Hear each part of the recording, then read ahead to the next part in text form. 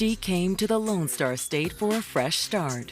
She's been talking about moving to Texas her entire life. She's looking for a new career and a place where she can really put down roots. What she found was a chance at love. They immediately hit it off. He sweeps her off her feet. She was really starting to get excited. But then, she simply vanished. She's here 1 minute and gone the next. It gave me the goosebumps. Nothing is adding that. Did she leave on her own? She's definitely always on the go. She needed her space. Or was there someone behind her disappearance? He said she faked it. The dude fooled everybody. Either way, one family is desperate for answers. They search and search. We had like 100+ people. If it's your child, you're gonna hold off as long as you can. October 10th, 2016. It's Monday night in Fort Worth, Texas, a fast-growing city of close to 1 million. It plays second fiddle to Dallas, but Fort Worth is definitely a big, bustling city in its own right. You're gonna see the 10-gallon hats. You're gonna see the cowboy boots. It's more of a Wild West. And while cattle drives and gunslingers may be a thing of the past, the city still has its share of crime. We need police, fire, ambulance. Police. It's a little before 11 p.m. when Rebecca Jones places a worried call to Tarrant County 911. She says that Tiffany Johnson, her boyfriend's sister, is missing. Like, she was downstairs, and it's been an hour. She said that she was just going downstairs and that she should be right back up. Rebecca tells the dispatcher that Tiffany's brother had gone down earlier to search for her. I had noticed that Tiffany's car keys were sitting on top of the car on the driver's side. And they find her phone in the grass. Oh, man. She would never leave her phone laying on the ground. You better call the cops. Why? This prompts them to definitely make a call because something strange has happened. Do you think there's a possibility she might have gone for a drive or something? No, her keys were on top of her car. She knows that she's not gonna leave with her keys on the car. And it seems like something must have happened so quickly that she didn't have time to take these items with her. You are sure she's not outside? Yes, we checked everywhere. All of a sudden, Tiffany was there, and the next moment she was gone. Nothing is adding that.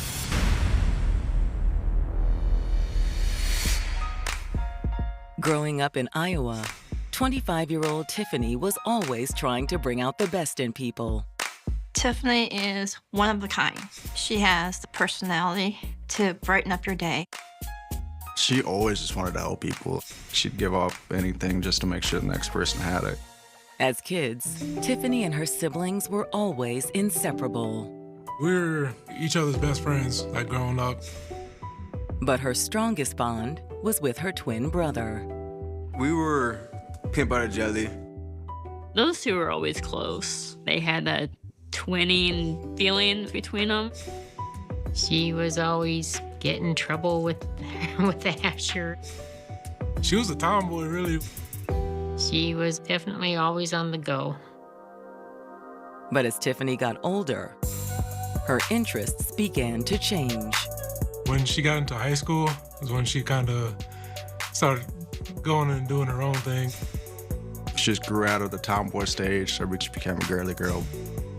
She kind of got more into makeup and doing hair, and she started having boyfriends. She was actually fairly popular. After high school, Tiffany and her family drifted apart, and things like jobs and military service took them far from Iowa. Yeah, it was kind of difficult. I know she was having a hard time with it too, but We tried to keep in contact as much as we could. But after a visit to her brother Asher in Texas, the twins reunited. Honestly, she loved Texas. I could definitely see myself living here. She liked the view, she liked the weather there. So she kind of just wanted to go down there and be with her twin. You should just move here then. Stay with me until you get on your feet. I was living in an apartment and I was struggling, and she ended up moving into my apartment and we were struggling together. It was really hard. I didn't want her to go that far, but she really enjoyed meeting new people, so it was really good for her. She's got all her hopes and dreams in front of her. She's looking for a new career and starting to find a place where she can really put down roots. It didn't take long for Tiffany to seize the opportunities her new home had to offer. She lands a job at an insurance company, and so things are really going well for Tiffany. But as a young woman in her mid-20s, she longed for more. She was thinking, okay, I've hit a few milestones. And at this point, one of the only things that's missing is a romantic partner. Then she met 32-year-old Christopher Reville. She met him out one night. Chris had a good job working with an electrician, and he was taken by Tiffany's beauty. Maybe we could do dinner sometime. Okay, yeah, I like that. They immediately hit it off. He also got along well with Tiffany's twin brother. I'm new out here. I didn't know nobody at that time, so I was looking for friends, obviously, too. And just him being around so much, we start talking and getting to know each other. We'd hang out and drink a few beers. We'd watch Monday Night Football. Soon, Chris wasn't just hanging out at Tiffany and Asher's apartment. He lived there. He moved in with Tiffany. They're really excited about moving forward with their new life. She was very hopeful for a future, for marriage and a family. And she saw herself having that with Chris. Tiffany! But now, Tiffany has mysteriously disappeared, leaving her keys and phone behind. She doesn't go anywhere without her car keys. She doesn't go anywhere without her phone. Something has gone terribly wrong. The reason may have had something to do with what Tiffany's friend Rebecca told the 911 dispatcher. She was last seen downstairs talking to her ex-boyfriend.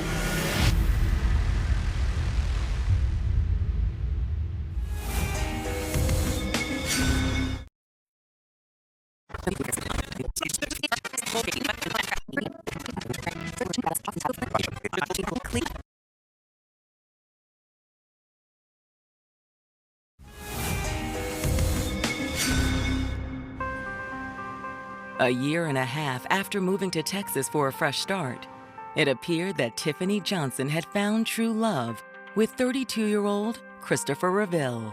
They are making plans to start that next stage in their relationship. Everything is going great, and she just thinks this is going to be the perfect ending and what she came to Texas for. Tiffany! But now, Tiffany's mysteriously disappeared from her apartment. It's almost as if she vanished, like before their eyes. She's here one minute and gone the next. Her keys are left on top of her car. Her cell phone is lying in the grass. They know something terrible has happened. But what? You better call the cops. When Tiffany's brother's girlfriend, Rebecca, contacts 911, she says Tiffany had been talking with her ex-boyfriend, Christopher Reville, shortly before she disappeared. They had just, broken up, not that long ago. All right, man, we'll get police out there. When police arrive at the apartment, Tiffany's brother, Asher, provides additional details about her ex, Chris. When did they break up? About 2 months ago. But according to Asher and Rebecca, the relationship was never contentious. Did you ever see them argue? No, not. Just like regular relationships, not like argue, no. Right. Well, I mean, they had a good relationship. It seemed real cordial. If they had an argument, it was always real minor, nitpicking type of things, like an old couple.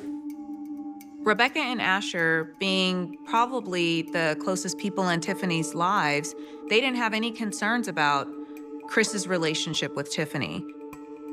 Do you know why they broke up? What he was telling me that my sister has told him is that she needed to work on herself. She just was saying like she needed her space. But according to Tiffany's brother, the breakup wasn't final. She just said that they're taking a break rather than just be like, hey, it's absolutely over. Chris had moved out, but he'd never stopped coming around. After they broke up, he would pop up, but that wasn't really an issue. Was he like begging, hey, come on, baby, let's work this out? Not to my knowledge. Although both knew that Chris still had feelings for Tiffany. He'd not just pop up, he'd also talk to me sometimes. He did always ask questions, as in trying to figure out what my sister was doing. You could just always tell he's always worried about what Tiffany was doing. In a sense, she sort of left him hanging. Meanwhile, Tiffany was making the most of being newly single. The time apart, made her realize that, maybe she's better off. While Tiffany did care about Chris, she was ready to explore other potential relationship opportunities. Rebecca tells the officers that Tiffany had met someone new at the end of September. 26-year-old Devin Bishop. Devin is someone who Tiffany had met online. It started off as casual communication back and forth. She enjoyed having conversation with him. It felt comfortable and flowed easily. And they'd finally met face-to-face a few days earlier. Although Tiffany, being cautious, had asked Rebecca to come along as her wingman.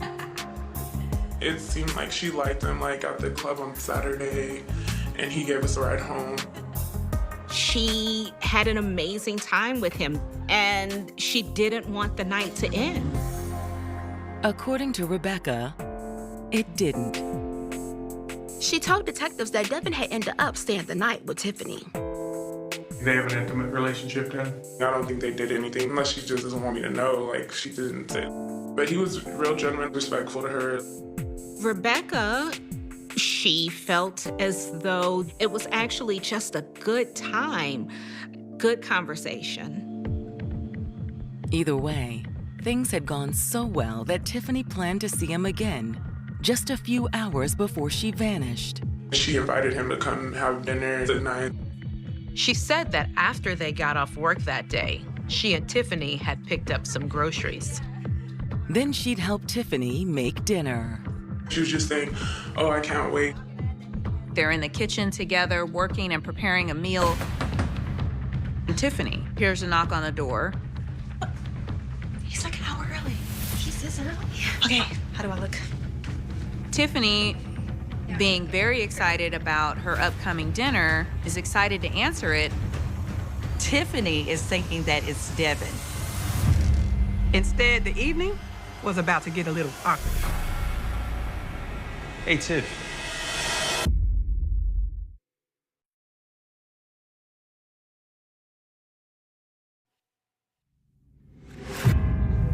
According to Tiffany's brother Asher and his girlfriend Rebecca, Tiffany's ex-boyfriend Chris Reville showed up at their apartment shortly before Tiffany disappeared.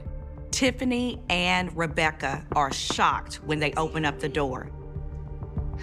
It's Chris standing there. Hey, Tiff. Is Asher around? We didn't know he was gonna come be there.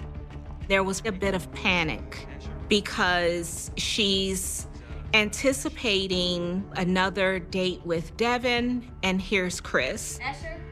According to Tiffany's brother, it was all a miscommunication. Chris had hit me up and we were gonna watch a football game. Well, I didn't know that Tiffany was having her other friend come over at that time. Rebecca says that once Asher was talking to Chris, she and Tiffany went into the kitchen. I was like, what are you gonna do? Rebecca knew that Chris still had feelings for Tiffany. And Devin was on his way. If Chris realized Tiffany was seeing someone else, things could get complicated. Tiffany is trying to figure out how to get rid of him as quickly as she could. When Chris stepped out on the balcony, Tiffany had seized the chance.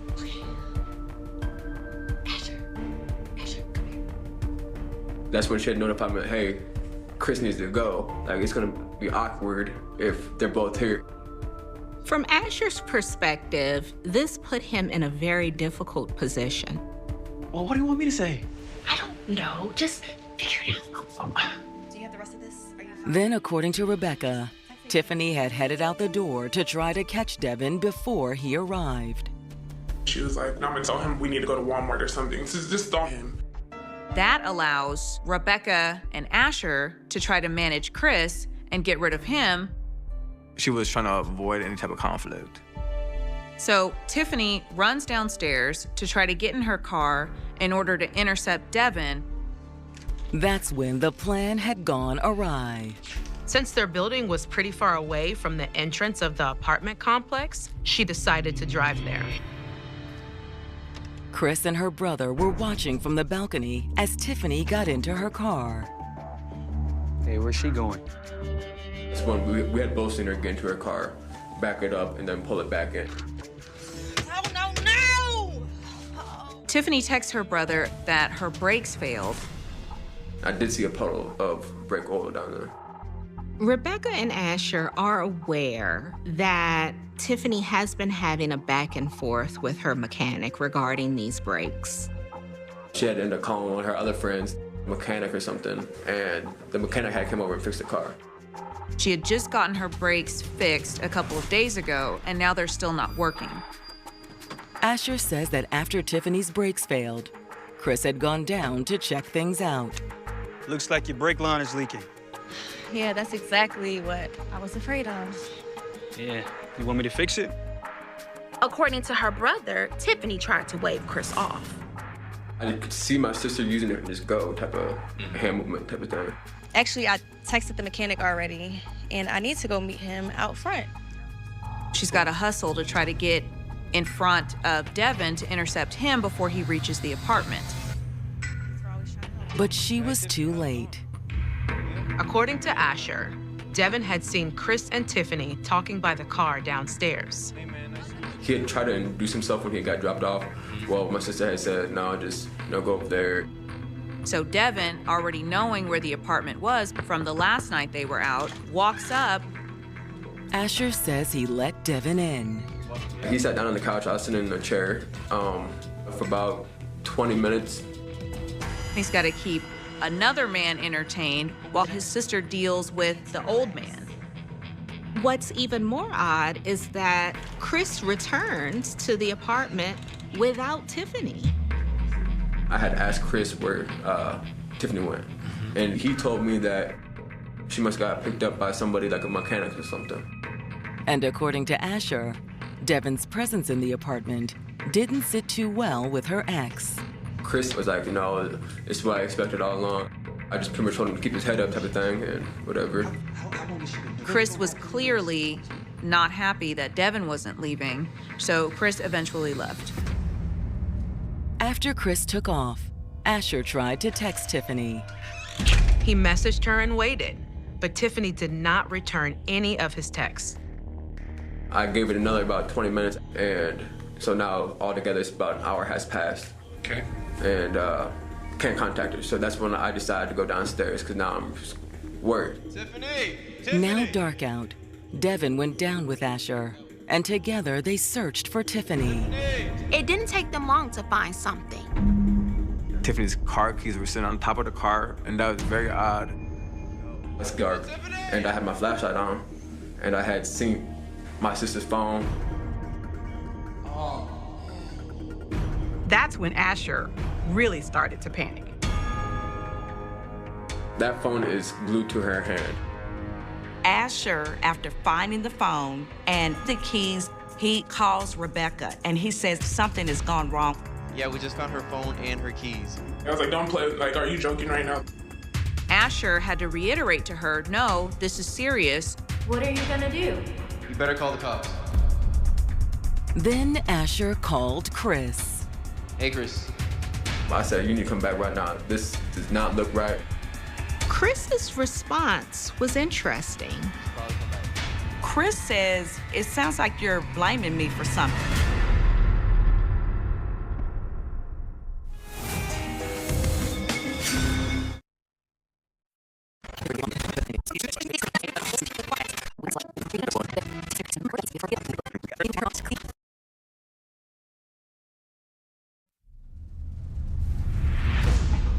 Tiffany Johnson's brother Asher says that once he realized Tiffany had disappeared, he'd called her ex, Christopher Reville. I kind of insinuated that he needed to show up right now because it's not looking good on his part.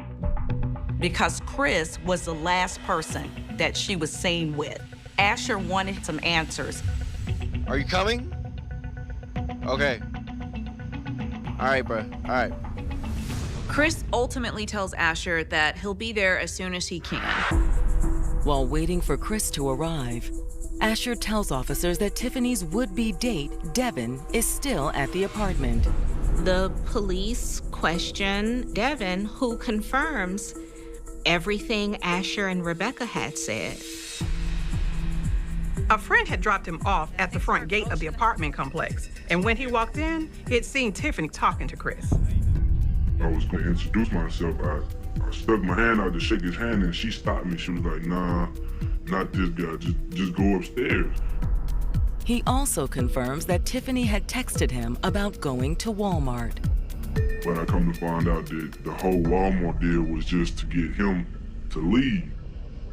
Mostly, while talking to the police, Devin just seemed confused.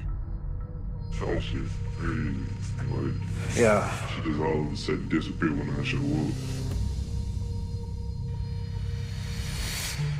When Chris arrives at the apartment, he seemed more than willing to talk to the police.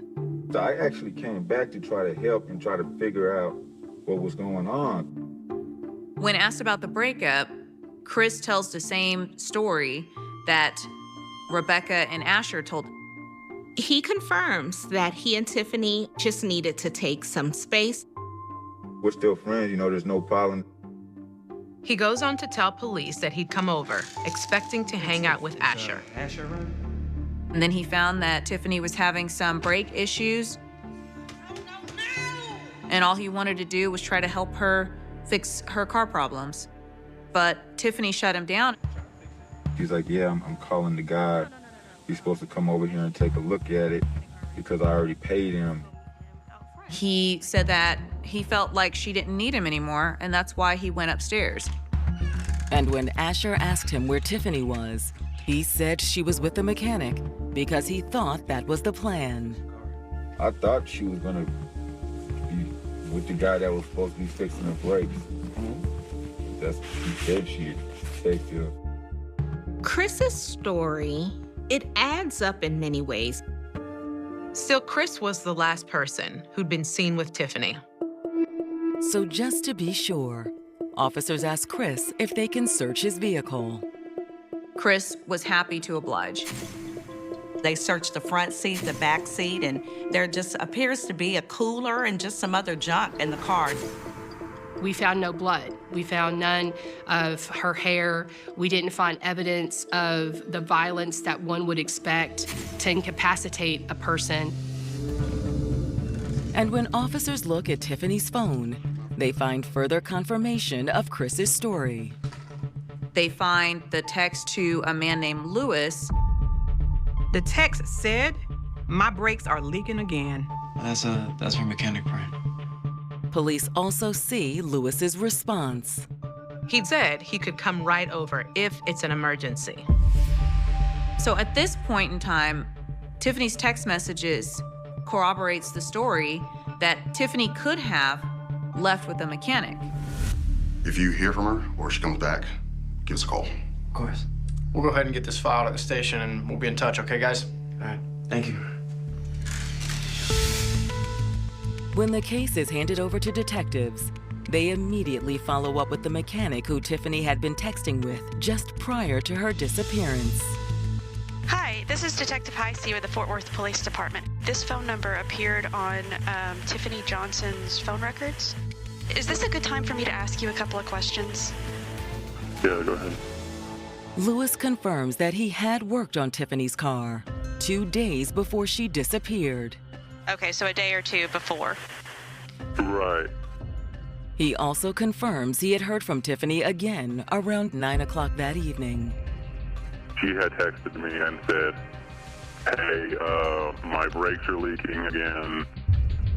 Lewis had previously told Tiffany that there was a possibility that her brakes would leak because of an aftermarket product he received from the auto parts store. So he wasn't surprised.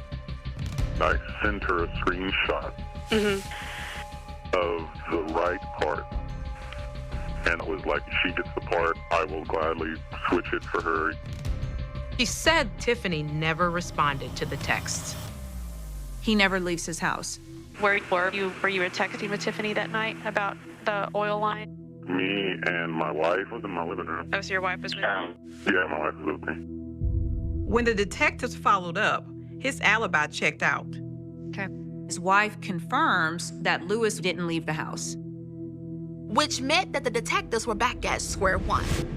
With no other leads, detectives reach out to Tiffany's mother, who lives in South Dakota. First of all, I'm sorry that we have to be in this situation where she has come up missing. We are working on trying to locate her. I knew something was wrong. It was just really weird. I don't know what they call it, but I knew. Without knowing the details, Tiffany's mom immediately tells the detectives to look at Chris. My first thought went to him. You just didn't get a good vibe from him. Not a very good vibe, no. She didn't feel good about the relationship.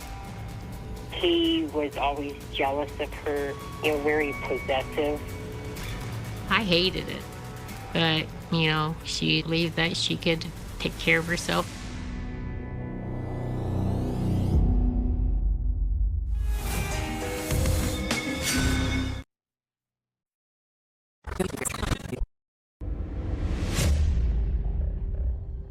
Tiffany Johnson's mother has just told detectives that the real reason her daughter broke up with Christopher Reville is because he was overly jealous and controlling.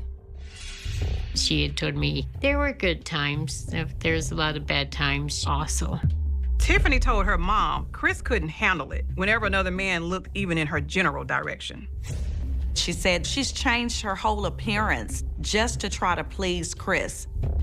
She couldn't wear this, couldn't wear that because other guys were looking at her. Based on the information provided by Tiffany's mom, detectives want to look at Chris a little further. If he was as jealous and controlling as her mom said, maybe the realization of Tiffany seeing someone else pushed him to violence. Well, thank you so much for your time. We'll be in touch. That afternoon, detectives head to Chris's mother's house with a search warrant. Chris had been living with his mom since the breakup. But the search leaves detectives wondering when Tiffany was last there. What detectives found in Chris's mother's backyard was a black bra with a broken clasp and a tan-colored tank top.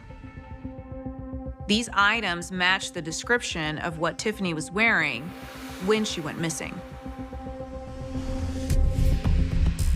Talking to his mother's neighbors, the detectives uncover more evidence that suggests Chris and Tiffany had a contentious relationship. She'd witnessed Tiffany pulling up one day in her car and Chris running outside yelling at her. And he was screaming at her, "What the hell you got on?" It was just a sundress. She witnessed Chris grab Tiffany and she stayed outside watching to make sure that Chris saw her in the hopes that Chris would eventually let Tiffany go. Thank you so much. Welcome. Have a good day. We'll be in touch. Thank you. After talking to the neighbors, Detectives bring Chris in to confront him with what they found in his mother's backyard.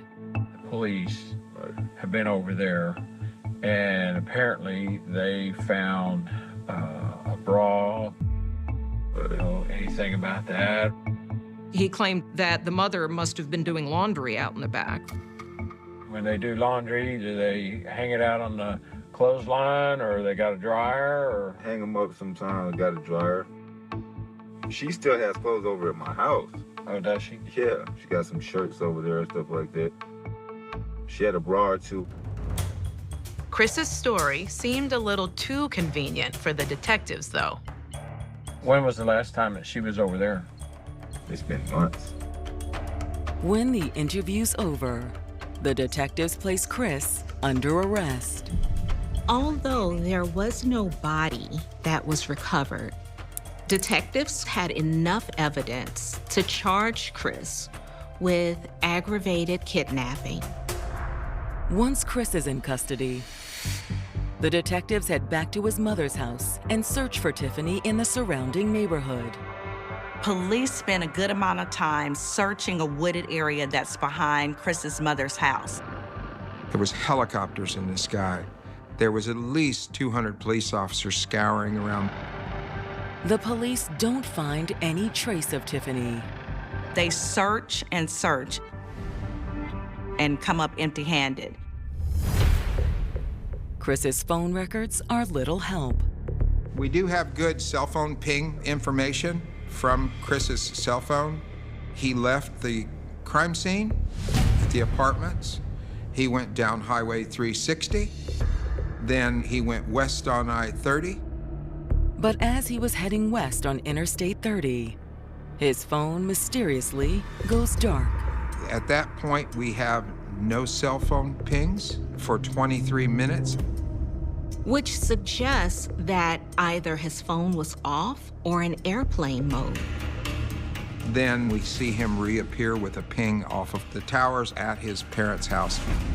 But I'm willing to place a bet that he disposed of her in that 23 minutes. With Chris's phone records a dead end, the detectives pull his criminal history. They realize it's a very lengthy record. Chris had been arrested for armed robbery, aggravated assault, battery. In fact, he'd only been released from prison a couple months before he began dating Tiffany. But that's hardly the most shocking thing detectives find. This wasn't the first time that someone connected to Chris had disappeared. Back in 2006, his 20-year-old girlfriend also disappeared. 10 years later, she was still missing.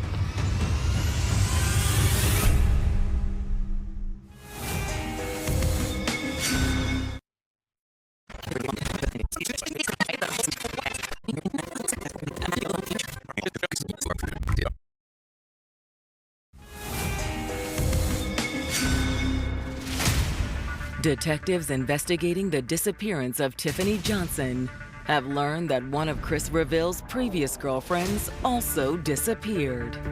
In 2006, a young woman who was involved with Chris went missing. Her name was Taliba Islam. They had a child together. And the details of her disappearance were eerily similar to Tiffany's disappearance. Similarly to Chris and Tiffany, Chris and his previous girlfriend had also broken up. On the day that she disappeared, the last person known to have been around Taliba was Christopher Reville. That's a pretty big coincidence. Oftentimes, if someone believes they've gotten away with a crime, they follow the same pattern. For Tiffany's brother, Chris's pattern was crystal clear. He was a serial killer. The dude fooled everybody. Taliba's case really opened up our eyes to the stuff that he's capable of. To find out there's another girl that went missing, it gave me the goosebumps, shivers all up my spine. Do the dual disappearances really mean that Chris is a serial killer? When forensic experts recover deleted texts from Chris's phone, they reveal the depths of his obsession with Tiffany and his anger over the breakup. What they found was shocking. Ranting text messages sent by Chris. "You broke my heart. I can't believe you did this to me. I won't rest until I'm looking in your eyes and saying my vows." However, while the detectives believe they've uncovered a motive for murder, they still don't have the victim's body. The case is drying up. They're not finding any new evidence that points to where Tiffany is. At the end of October, with all their leads exhausted, the Fort Worth police suspend their search for Tiffany. But Tiffany's family is not having it. Tiffany's family joins up with Taliba's family and demand that the Fort Worth Police Department reach out to FBI and every other available resource to help them locate their missing family members. If it's your child, you're going to hold off as long as you can until your child is found. However, just because the authorities have abandoned their search for Tiffany, they haven't given up on holding Chris accountable for her disappearance. The police move forward with the charges of aggravated kidnapping. The prosecutors were not going to be able to have as strong of an argument that Tiffany was murdered because there was no body. And an aggravated kidnapping conviction could lead to significant jail time. The sentence for aggravated kidnapping is life in prison. When Chris goes on trial in August of 2019, the prosecution contends that when Chris followed Tiffany down to the parking lot, an angry confrontation ensued. Who was that? The prosecution's theory was that Chris became enraged when he learned that Tiffany was moving on without him. It's none of your business, Chris. What if I make it my business? The prosecutors believe that once Devin went upstairs, Chris had grabbed Tiffany and forced her into his car. The crux of the offense was his restraining her and moving her from the apartment complex.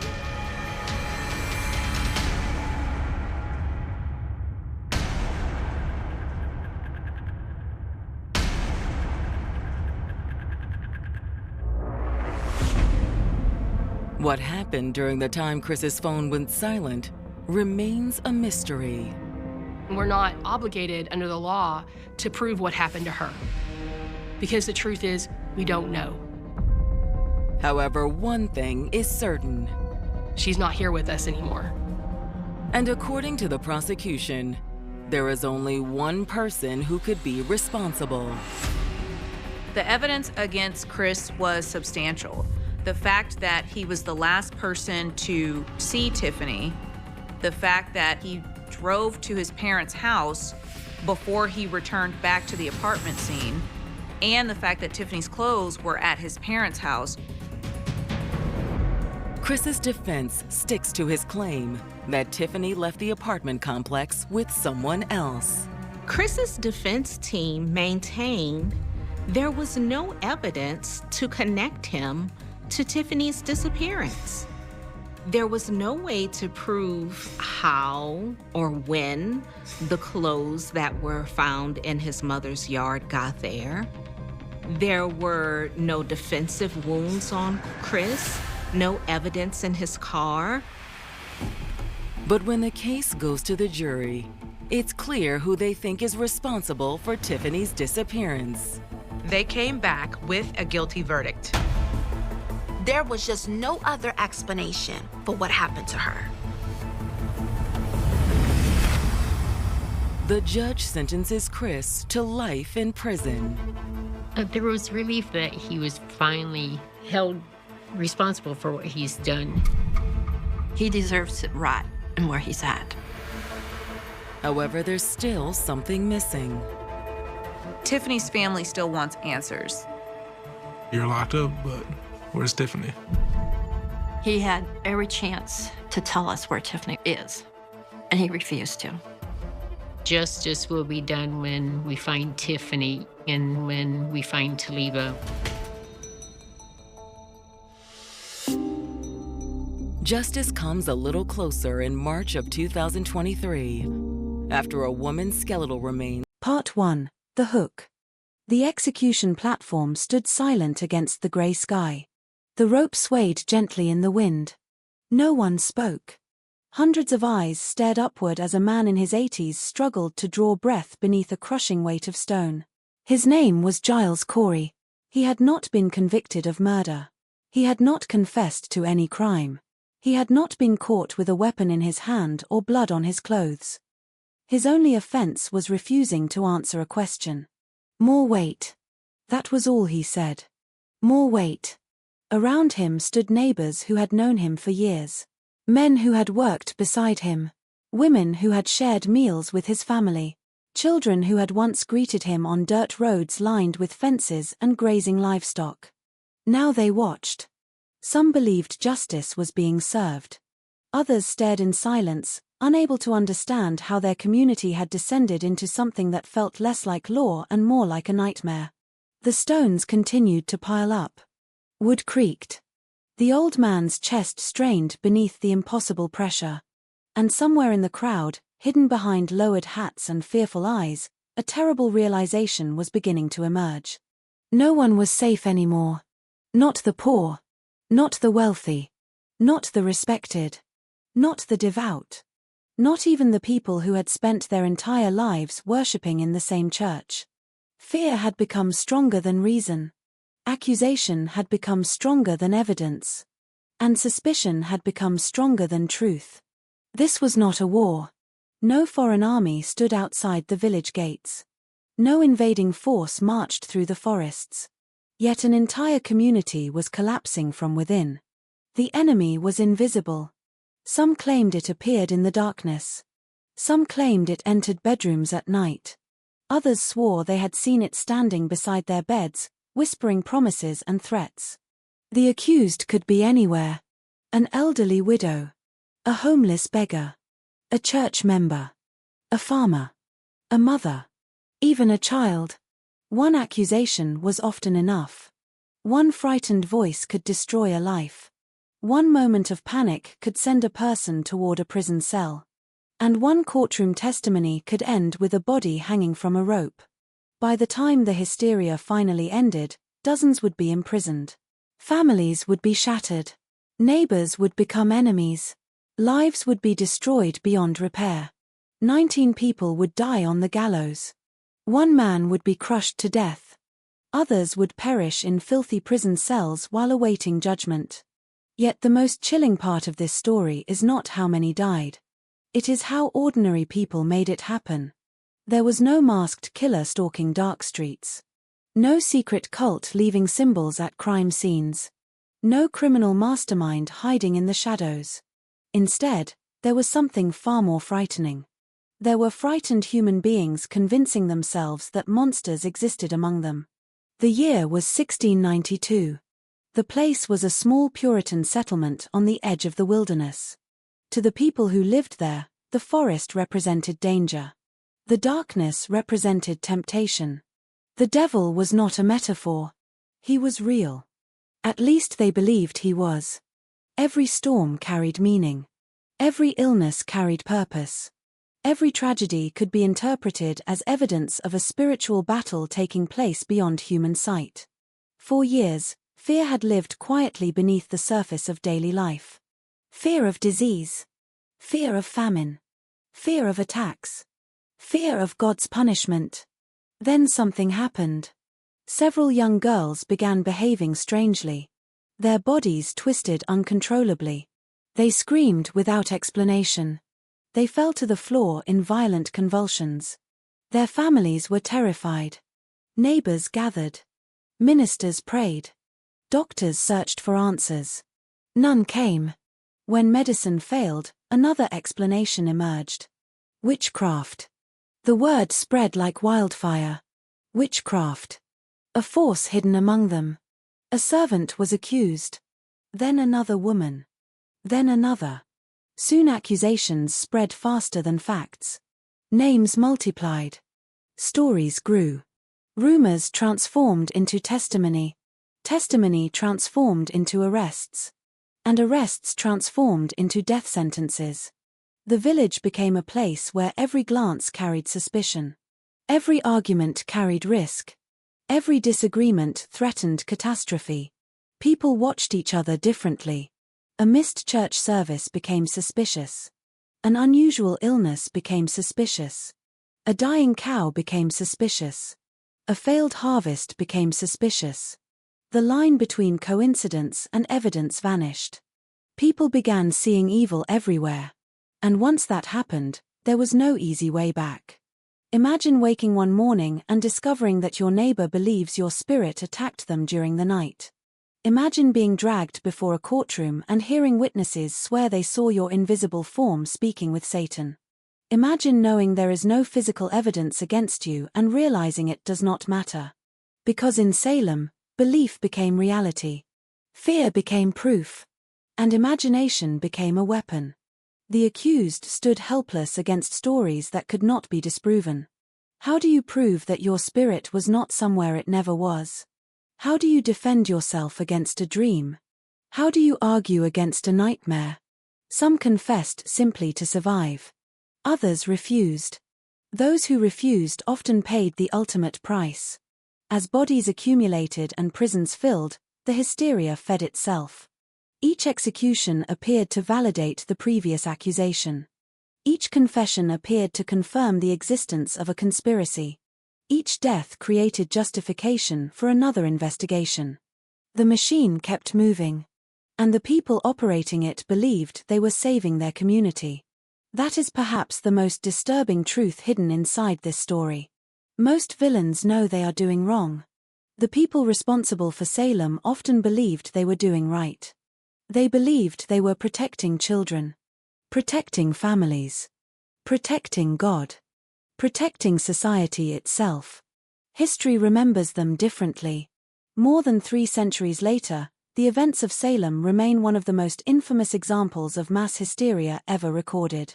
The story has become a warning passed from generation to generation. A warning about fear. A warning about power. A warning about what happens when emotion overwhelms evidence. But before the executions, before the accusations, before the trials and confessions and deaths, Salem was simply a village. A small settlement struggling to survive at the edge of a dangerous world. The people there could not see the disaster approaching. They could not imagine that ordinary disagreements would evolve into accusations of witchcraft. They could not imagine that neighbors would one day testify against neighbors. They could not imagine that children would help determine who lived and who died. Yet that future was already moving toward them. Slowly. Silently. Like a storm gathering beyond the horizon. And when it finally arrived, it would leave scars that history would never forget. Part 2. The setting. Long before the accusations, before the crowded courtrooms, before the executions and confessions, Salem was a place defined by isolation. The village sat on the rugged edge of the Massachusetts Bay Colony, surrounded by dense forests that seemed to stretch endlessly into the unknown. In the late 17th century, the wilderness was not viewed as beautiful. It was not a destination for adventure or exploration. To the people of Salem, the forest represented uncertainty. It represented danger. Beyond the last cleared fields and rough wooden fences lay a world that felt untamed and threatening. The settlement itself was modest. Dirt roads cut through clusters of timber-framed homes. Smoke rose from stone chimneys during cold mornings. Livestock wandered through muddy yards. The scent of damp earth, burning wood, and farm animals lingered in the air. Life was hard. Every season carried its own challenges. Winters could be brutal, bringing icy winds that rattled shutters and buried roads beneath snow. Summers demanded relentless labor. Fields had to be planted, tended, and harvested. Fences needed repairs. Livestock required care. Survival depended on constant work. The people of Salem did not expect comfort from life. They expected struggle. Most families lived one poor harvest away from disaster. Illness could spread quickly. Medical knowledge was limited. A fever that seems manageable today could become a death sentence. Child mortality was common. Funerals were familiar events. Death was not hidden from daily life. It existed beside it. Yet physical hardship was only part of the reality shaping Salem. Religion dominated nearly every aspect of existence. The villagers were Puritans, a religious community that believed deeply in God's authority and humanity's sinful nature. Their faith was not confined to church services. It shaped how they understood the world itself. Every event carried spiritual meaning. A healthy harvest might be interpreted as divine favor.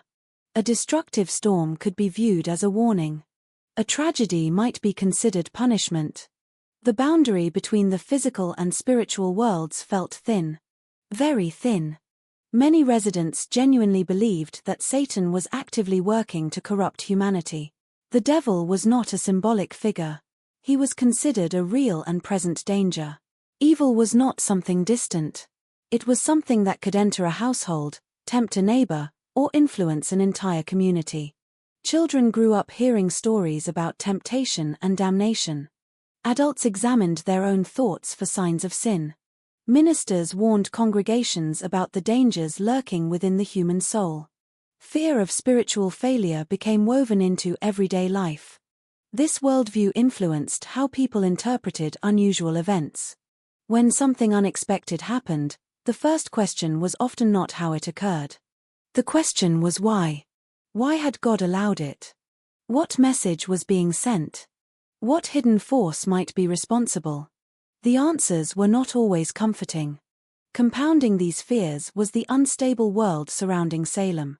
The colony existed in an environment marked by tension and uncertainty. Conflicts between English settlers and Native American tribes had left many families traumatized. Stories of violent raids circulated throughout New England. Refugees from frontier settlements occasionally arrived carrying accounts of attacks, destruction, and loss. These stories traveled from home to home. From church pew to church pew. From parent to child. Each retelling reinforced a sense of vulnerability.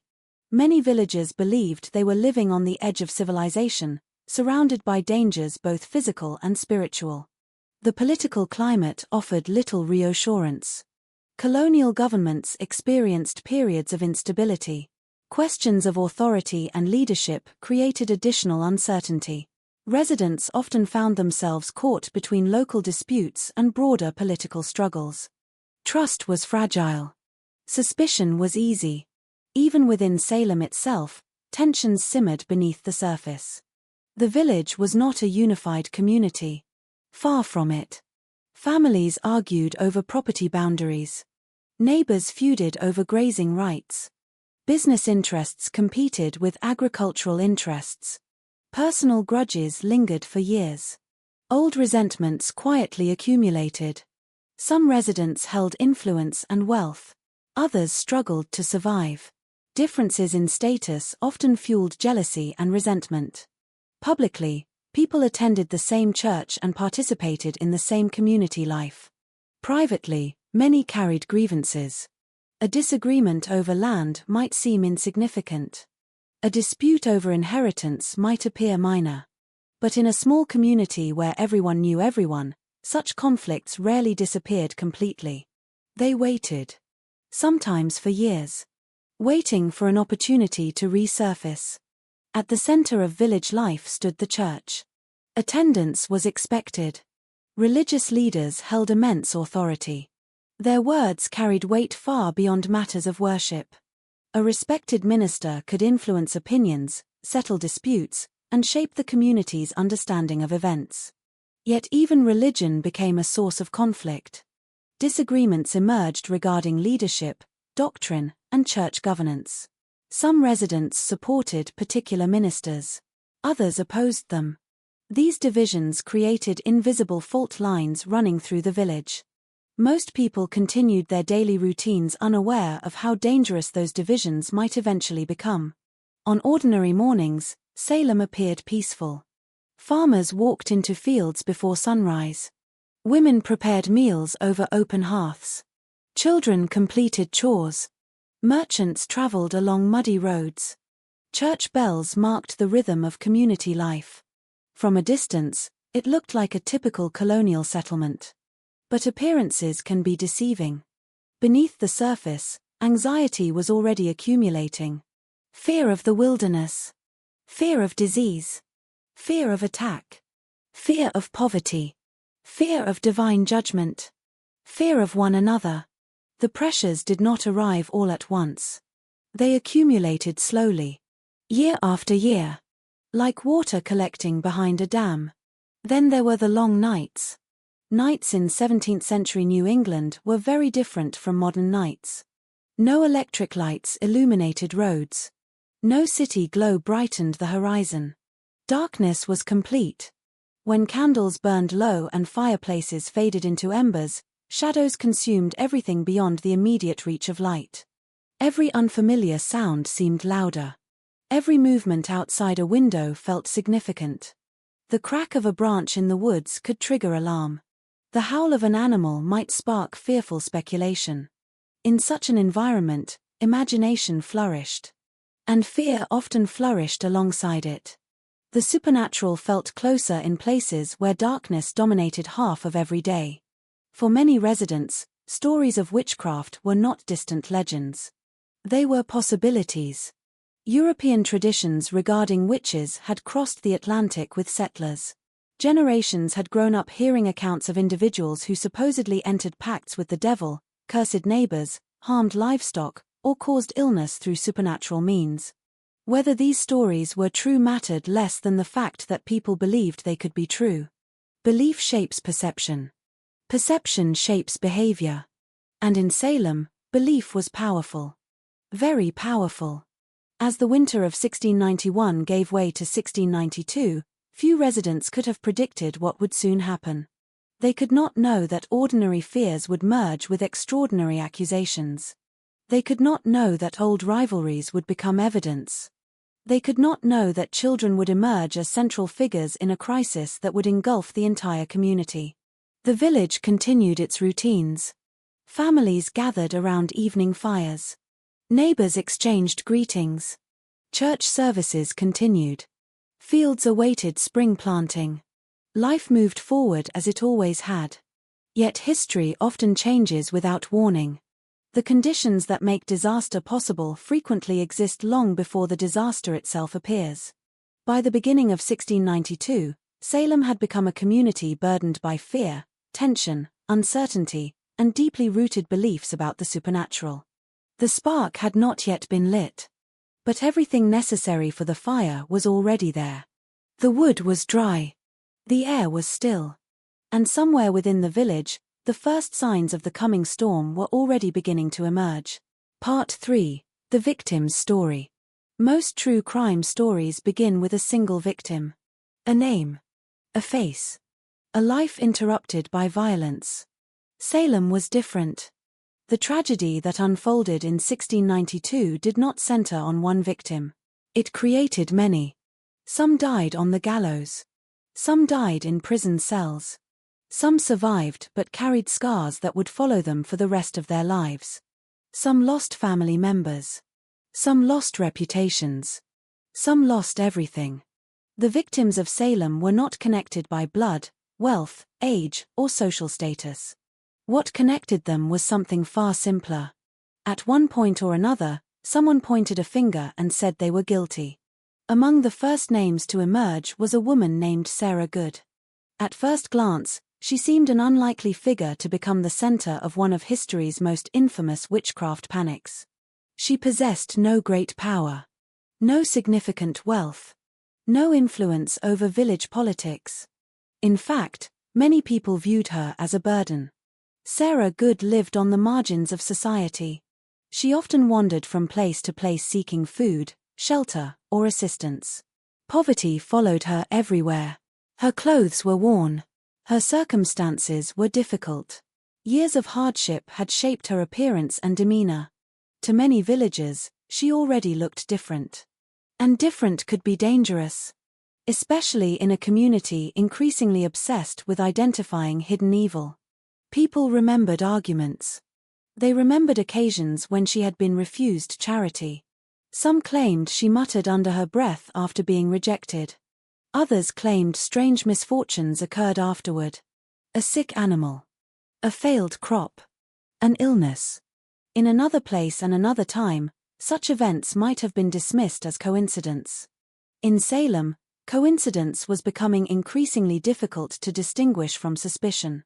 When accusations began spreading, Sarah Good was an easy target. She lacked powerful allies.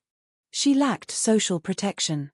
And once suspicion attached itself to her name, it spread quickly. The image of a poor woman wandering muddy roads became transformed into something darker within the minds of frightened neighbors. Soon, stories began replacing facts. Whispers became testimony. Assumptions became evidence. And Sarah Good found herself trapped inside a narrative she had never created. Another early target was Sarah Osborne. Unlike Sarah Good, Osborne's troubles stemmed partly from long-standing disputes within the community. She had become involved in disagreements regarding property and inheritance, creating resentment among some local families. Her absence from regular church attendance also attracted attention. In a deeply religious society, such absences rarely went unnoticed. People watched. People remembered. And when fear began searching for explanations, those memories resurfaced. Old grievances suddenly acquired new meaning. Actions that once seemed ordinary appeared suspicious. Past conflicts became present accusations. The transformation happened with frightening speed. One day a person was a neighbor. The next day they were a suspected servant of the devil. Then there was Tituba. Perhaps no figure from Salem's history has become more famous than her. She lived within the household of Reverend Samuel Parris and occupied a vulnerable position from the beginning. As an enslaved woman of foreign origin, she stood apart from much of the community. Her background made her unfamiliar. Her stories and traditions appeared mysterious to some villagers. In times of fear, unfamiliarity often becomes suspicion.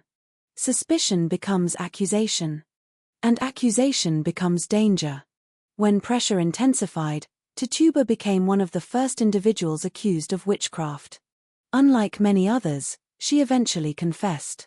Whether that confession reflected truth, coercion, survival instincts, or a combination of factors remains a matter of historical debate. What is certain is that her confession had enormous consequences. The moment someone admitted that witches existed among them, many residents felt their fears confirmed. The nightmare suddenly seemed real. And if one witch existed, why not more? The search expanded. The list of suspects grew.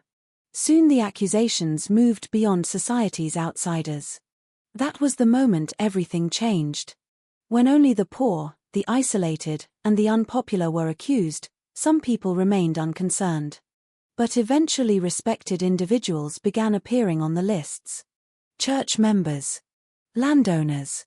Men and women with strong reputations. People whose lives had been deeply woven into the fabric of Salem for years. One of those individuals was Rebecca Nurse. Rebecca was 71 years old. She was known for her piety. Known for her kindness. Known for her respected standing within the community. If Salem had been searching for examples of moral character, many residents would have included Rebecca Nurse on that list. Which made the accusation against her almost impossible to comprehend. At first, some villagers refused to believe it. How could a woman known for faith and integrity be involved in witchcraft? How could someone who had spent decades living peacefully among neighbors suddenly become a servant of Satan? Yet fear rarely follows logic. Once accusations gained momentum, reputation no longer provided safety. In some ways, prominence created additional danger. The more respected the accused person, the more alarming the alleged conspiracy appeared. Rebecca's arrest shocked the community. Families found themselves questioning assumptions they had held for years. Trust began to crumble. People no longer knew who might be accused next. And that uncertainty infected every corner of village life. Another future victim was Giles Corey. Unlike Rebecca Nurse, Giles possessed a reputation complicated by age, stubbornness, and a history of disputes. He was not universally admired. But neither was he considered a criminal. He was a farmer, a husband, a member of the community. As accusations intensified, Giles initially found himself participating in discussions surrounding the crisis. Over time, however, suspicion moved closer. Closer and closer. Eventually, it reached his own family. The machinery of accusation rarely stopped once it started moving. The same forces destroying strangers could easily turn against friends, or relatives, or spouses. One by one, ordinary lives became entangled in extraordinary allegations. Many of the accused shared common experiences: confusion, shock, disbelief, fear. Imagine waking before sunrise to complete daily chores. Imagine expecting another ordinary day. Then imagine hearing a knock at your door. Officials arrive. Neighbors watch from a distance. Your name has been mentioned. Someone claims your spirit attacked them. Someone claims they saw your apparition. Someone claims the devil speaks through you. The accusations sound absurd. Surely there must be some misunderstanding. Surely evidence will reveal the truth. Surely reason will prevail. Many victims likely believed exactly that during the early stages. They did not yet understand the world around them was changing. Evidence was becoming secondary. Fear was becoming primary.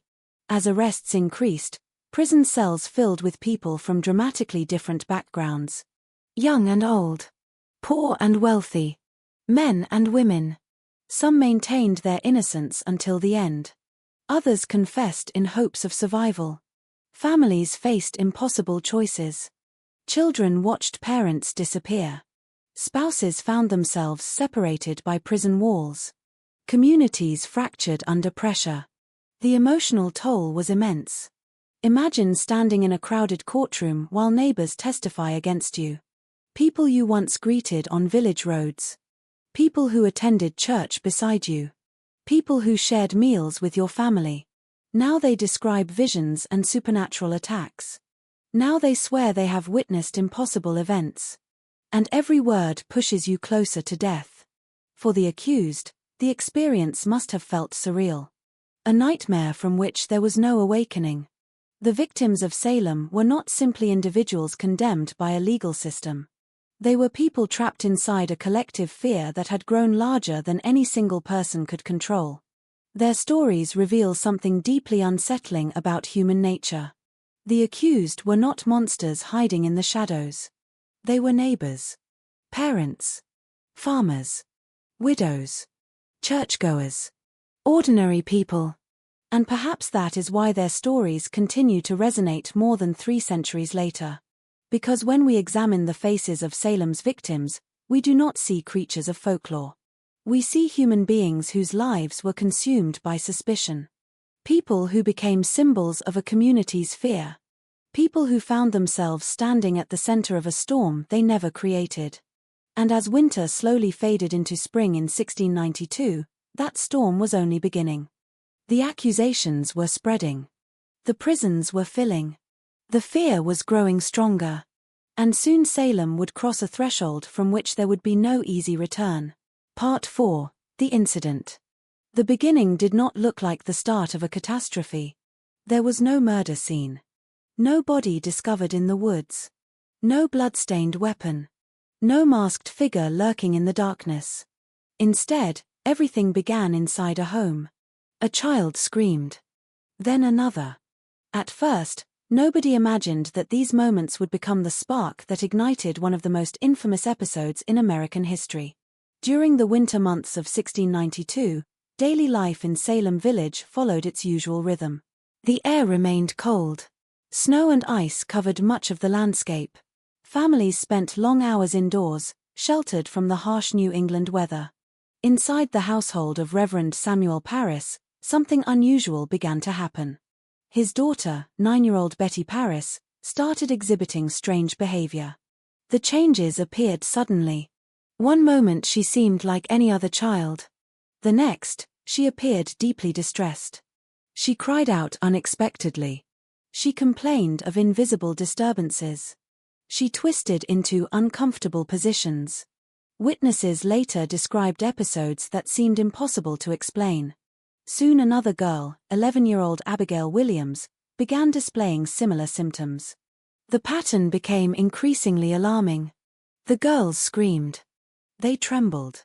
They contorted their bodies. They hid beneath furniture. Sometimes they appeared terrified by things nobody else could see. At other times they seemed trapped in an invisible struggle unfolding before their eyes alone. The adults around them were frightened. Parents feared illness. Neighbors feared something worse. In a world where scientific understanding remained limited, unexplained symptoms often inspired supernatural explanations.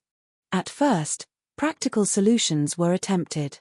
The girls were observed closely. Their conditions were discussed among family members.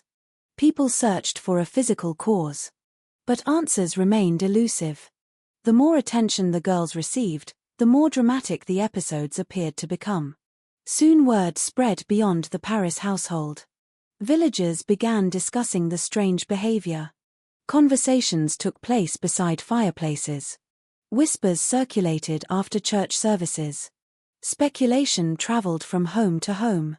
Everyone seemed to have an opinion. Everyone seemed to have a theory.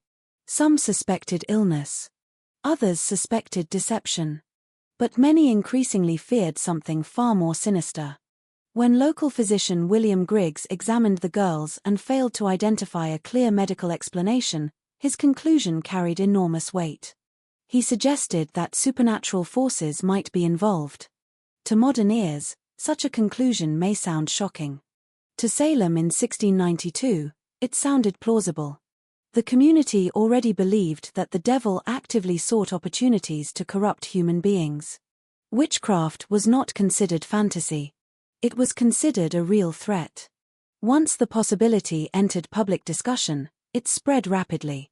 Fear began filling the gaps left by uncertainty. People started asking dangerous questions. If witchcraft was responsible, who was performing it? Who had brought evil into Salem? Who was secretly serving Satan? The girls soon began providing answers. Names emerged.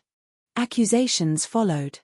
And with each accusation, the crisis grew larger. The first individuals identified were among the most vulnerable members of the community. Tituba. Sarah Good. Sarah Osborne.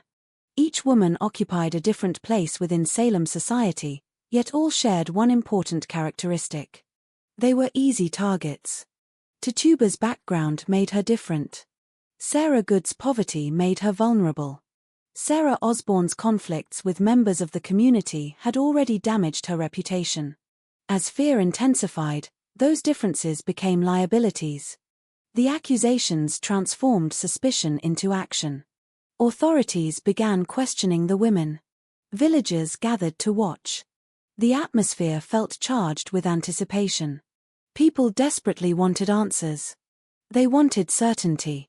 They wanted an explanation for the terrifying events unfolding before them.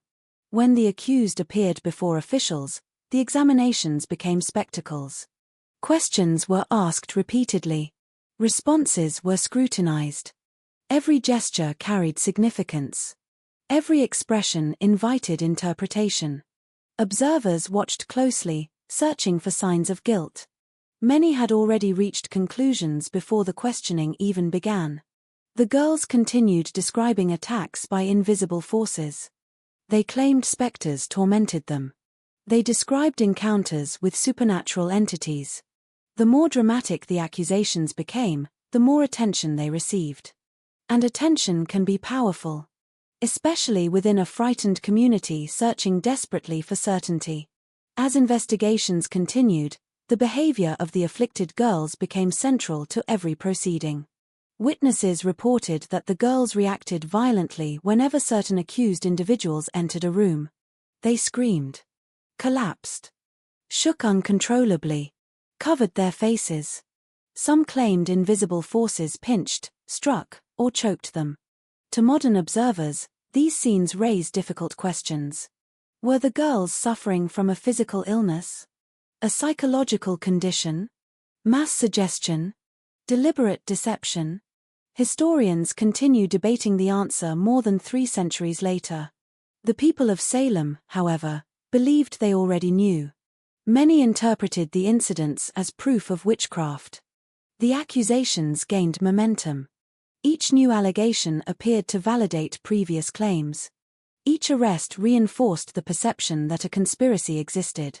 And once the possibility of a hidden network of witches entered public consciousness, suspicion expanded rapidly. The crisis moved beyond the original cases. More girls reported afflictions. More visions emerged. More names appeared. The list of suspects grew longer with each passing week. The village atmosphere changed dramatically. Daily life became saturated with fear. Conversations grew cautious. People worried about attracting attention. An argument with a neighbor suddenly carried greater consequences. A misunderstanding could become dangerous. A rumor could destroy a reputation. A simple accusation could result in imprisonment. The ordinary rules governing social life were beginning to break down. Trust eroded. Friendships strained. Families worried constantly. The afflicted girls occupied an increasingly influential position within the unfolding crisis. Adults listened carefully to their claims. Officials relied upon their testimony. Ministers discussed their experiences. What began as unexplained behavior inside a single household had evolved into something much larger. Something far more dangerous. As winter turned toward spring, Salem found itself trapped inside a cycle that seemed impossible to stop. Fear generated accusations. Accusations generated arrests. Arrests generated additional fear. Each stage strengthened the next. The process fed itself. And the consequences became increasingly severe. For the accused, life changed overnight. Many could not comprehend how quickly everything had happened. One day they were members of the community. The next they were suspected servants of darkness. Neighbors who once exchanged greetings now avoided eye contact. Friends became distant. Whispers followed them through village roads. The emotional impact was devastating. Some protested their innocence fiercely. Others struggled to understand the allegations themselves. How could anyone defend against claims involving invisible attacks and supernatural visions? How could facts compete with fear? Those questions would soon become central to Salem's nightmare. Meanwhile, public fascination continued growing. Crowds attended examinations. Stories circulated endlessly. Every new development attracted attention. The village became consumed by the crisis. What had started as a mystery was becoming an obsession. And obsessions rarely remain contained. The most dangerous aspect of the unfolding situation was not the accusations themselves. It was the fact that increasing numbers of people believed them. Belief transformed rumors into evidence. Belief transformed suspicion into certainty. Belief transformed frightened children into powerful witnesses. As the weeks passed, the line separating reality from imagination grew increasingly blurred. People began interpreting ordinary events through the lens of witchcraft. An illness no longer seemed random. A misfortune no longer seemed accidental. A disagreement no longer appeared harmless. Everything became potential evidence. Everything became connected. Everything became part of a larger narrative. The village was no longer searching for answers. It was searching for witches. And once that search began, it became difficult to know where it would end. The incident that started inside the Paris household had evolved into something much larger than any individual family. It had become a community crisis. A moral panic. A social contagion. A force powerful enough to reshape lives, destroy reputations, and eventually send innocent people toward prison cells and execution platforms. Yet at this stage, many residents still believed they were witnessing the exposure of evil. They could not yet see the tragedy taking shape around them. They could not yet see how many lives would be consumed. They could not yet see how history would remember Salem. For now, they saw only frightened children, terrifying accusations, and a community convinced that darkness had entered its midst. And the worst was still to come. Part 5. The Discovery. Every investigation begins with evidence. At least, that is how justice is supposed to work. A crime occurs. Investigators gather facts. Witnesses are questioned. Physical clues are examined. The truth slowly emerges from the details. Salem followed a different path. There was no crime scene to secure. No fingerprints. No murder weapon. No confession grounded in reality. No physical proof that witchcraft existed. Yet the people of Salem believed they were uncovering evidence every single day. The deeper they looked, the more convinced they became that something evil was operating among them. And that conviction would become more powerful than facts. The first examinations of the accused women attracted enormous attention. Villagers crowded into meeting houses and public spaces, eager to witness what many believed was a confrontation between God's servants and agents of Satan. The atmosphere was tense. Every question mattered. Every answer mattered. Every reaction carried significance. When Tituba, Sarah Good, and Sarah Osborne faced questioning, observers watched with intense concentration. Many arrived expecting guilt. That expectation shaped everything that followed. Human beings rarely see events objectively when fear controls their thinking. Instead, they interpret information in ways that confirm what they already believe. Salem was no exception. If an accused woman hesitated before answering, some considered it suspicious. If she answered too quickly, that seemed suspicious as well. If she appeared nervous, people interpreted it as guilt. If she appeared calm, some viewed that as evidence of deception. There was no safe response. The outcome often seemed predetermined long before the questions began. One of the most significant moments occurred when Tituba confessed. The confession transformed the entire crisis. Before that moment, villagers suspected witchcraft. Afterward, many believed they possessed confirmation. According to accounts from the period, Tituba described encounters with dark forces and claimed that multiple witches were operating within the colony. Whether the confession reflected coercion, fear, survival instincts, or deliberate fabrication remains uncertain. What mattered at the time was perception. And perception changed instantly. If one person admitted the existence of witches, then perhaps the afflicted girls were telling the truth. Perhaps the invisible attacks were real. Perhaps a hidden conspiracy truly existed. Those conclusions spread rapidly. Fear no longer required imagination. It now appeared to have proof. The confession became a turning point. People who had previously expressed doubts began reconsidering their positions. Others became even more determined to uncover additional suspects. The search intensified. The investigation expanded. And the standards of evidence became increasingly distorted. One of the most controversial forms of evidence soon emerged at the center of the proceedings. Spectral evidence. The concept sounds astonishing today. Witnesses claimed that the spirit or apparition of an accused person appeared before them and caused harm. These encounters allegedly occurred in dreams, visions, or moments invisible to everyone except the accuser. The implications were extraordinary. A person could be accused of committing acts that supposedly occurred through a supernatural version of themselves. No physical proof was required. No independent verification existed. The accusation itself became evidence. From a modern legal perspective, such testimony appears deeply unreliable. In Salem, however, many officials accepted it. The afflicted girls described seeing specters. They claimed invisible attacks occurred in courtrooms, homes, and public spaces. When an accused person entered a room, the girls sometimes collapsed dramatically.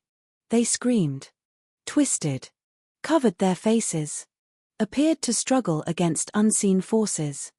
Spectators watched in horror. Many interpreted these reactions as undeniable proof. Few considered alternative explanations. The courtroom itself became a stage upon which fear performed for an increasingly captivated audience. As accusations multiplied, investigators searched for additional signs of witchcraft. The methods often reflected centuries of superstition inherited from European traditions. Examiners inspected bodies for unusual marks, moles, scars, skin irregularities. Any physical feature could potentially be interpreted as evidence of a pact with the devil. What one observer considered ordinary, another might view as sinister. Objectivity disappeared. Confirmation bias flourished. People increasingly saw what they expected to see. The discovery process became less about finding truth and more about validating existing fears. Every new accusation appeared to reinforce previous accusations. Every arrest appeared to justify earlier arrests. The cycle became self-sustaining. Soon, the investigation extended beyond the original group of suspects. New names emerged almost daily. Some accusations originated from long-standing disputes. Others emerged from personal rivalries. Some appeared entirely random. Yet once a name entered the system, escaping became extraordinarily difficult. The accused faced an impossible challenge. How does someone prove they never appeared as a specter in another person's dream? How does someone defend against an invisible crime? How does someone disprove an accusation rooted entirely in belief? There were no easy answers. And because there were no easy answers, many people defaulted to fear. As weeks passed, the investigation acquired a momentum of its own. Officials collected testimony. Witnesses repeated stories. Neighbors recalled old disagreements and interpreted them through the lens of witchcraft. Events that once seemed insignificant suddenly appeared meaningful. A sick cow from years earlier. An argument over property. A failed business arrangement. A personal insult. Everything became potential evidence. Everything became connected. Investigators often treated coincidence as confirmation. The result was a rapidly expanding network of allegations. One accusation led to another. One confession inspired another confession. One arrest generated additional arrests. The boundaries continued expanding. Soon respected members of the community found themselves under scrutiny. This development shocked many residents. Accusations against marginalized individuals had been disturbing. Accusations against respected citizens were terrifying. The implications were profound. If prominent church members could secretly serve Satan, then anyone could. No reputation offered protection. No history of good character guaranteed safety. The investigation had entered a new phase. Fear was no longer targeting society's outsiders. Fear was targeting everyone. Court proceedings became increasingly dramatic. Witnesses described impossible encounters. Spectral attacks. Flying figures. Invisible injuries. Officials listened carefully. Some accepted every claim. Others expressed reservations. But doubts struggled to compete with public panic. The afflicted girls occupied a unique position within the process. Their reactions often influenced courtroom perceptions. If they screamed when an accused person spoke, observers noticed. If they collapsed, observers interpreted the event. If they claimed invisible torment, many believed them. Their behavior became evidence. Their emotions became evidence. Their fears became evidence. And once emotions become evidence, objective investigation becomes extraordinarily difficult. Outside official proceedings, rumors spread relentlessly. Salem had become obsessed with the crisis. Families discussed accusations over meals. Neighbors exchanged stories along village roads. Church gatherings featured conversations about suspected witches. Every new development fueled further speculation. The investigation was no longer confined to courtrooms. It existed everywhere. Inside homes. Inside churches. Inside conversations. Inside imaginations. That widespread participation created a dangerous dynamic. Ordinary residents effectively became investigators. Everyone observed neighbors. Everyone evaluated behavior. Everyone searched for signs. The result was a culture of suspicion. People became hyper-aware of their actions. A careless comment could attract attention. An argument could become dangerous. A misunderstanding could evolve into an accusation. The social fabric of Salem began unraveling. Trust, once damaged, became difficult to restore. The more investigators searched, the more evidence they believed they discovered. Yet much of that evidence existed only because the community already assumed witchcraft was present. The investigation operated on circular logic. Witches existed because accusations existed. Accusations existed because witches existed. The conclusion reinforced the premise. The premise reinforced the conclusion. Breaking that cycle proved nearly impossible. Some individuals attempted skepticism. Some questioned the reliability of the testimony. Some wondered whether innocent people were being harmed. But skepticism carried risks. Questioning the process could itself attract suspicion. Those who challenged prevailing beliefs sometimes found themselves viewed with distrust. As a result, many remained silent. Silence allowed the investigation to continue expanding. The machinery kept moving. Arrests continued. Interrogations continued. Confessions continued. And with each passing week, Salem moved further away from reason. The discovery phase of the crisis should have revealed weaknesses in the accusations. Instead, it strengthened them. Every examination appeared to uncover more evidence. Every witness seemed to confirm previous claims. Every confession appeared to validate the entire narrative. The community interpreted this accumulation of testimony as proof. History would later interpret it differently. Looking back, the most chilling aspect of Salem's investigation is not what people discovered. It is what they believed they discovered. The evidence seemed convincing because fear had already shaped the lens through which it was viewed. Facts became secondary. Emotion became primary. And once that transformation occurred, the path toward tragedy became much easier to follow. By the middle of 1692, Salem's investigation had evolved into something larger than a search for truth. It had become a search for validation. A search for enemies. A search for certainty in an uncertain world. And the deeper the investigators looked, the more names they found. The more names they found, the more frightened the community became. The more frightened the community became, the more accusations emerged. The cycle fed itself relentlessly. And somewhere within that cycle, the possibility of justice was slowly disappearing.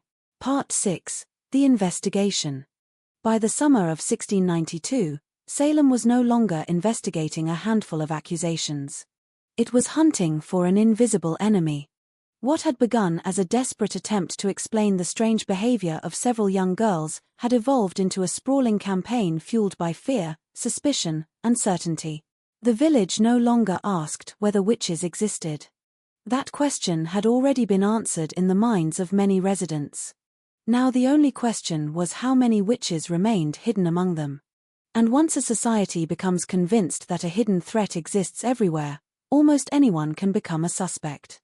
The investigation spread like wildfire through dry timber. Each accusation generated another. Each arrest inspired additional testimony.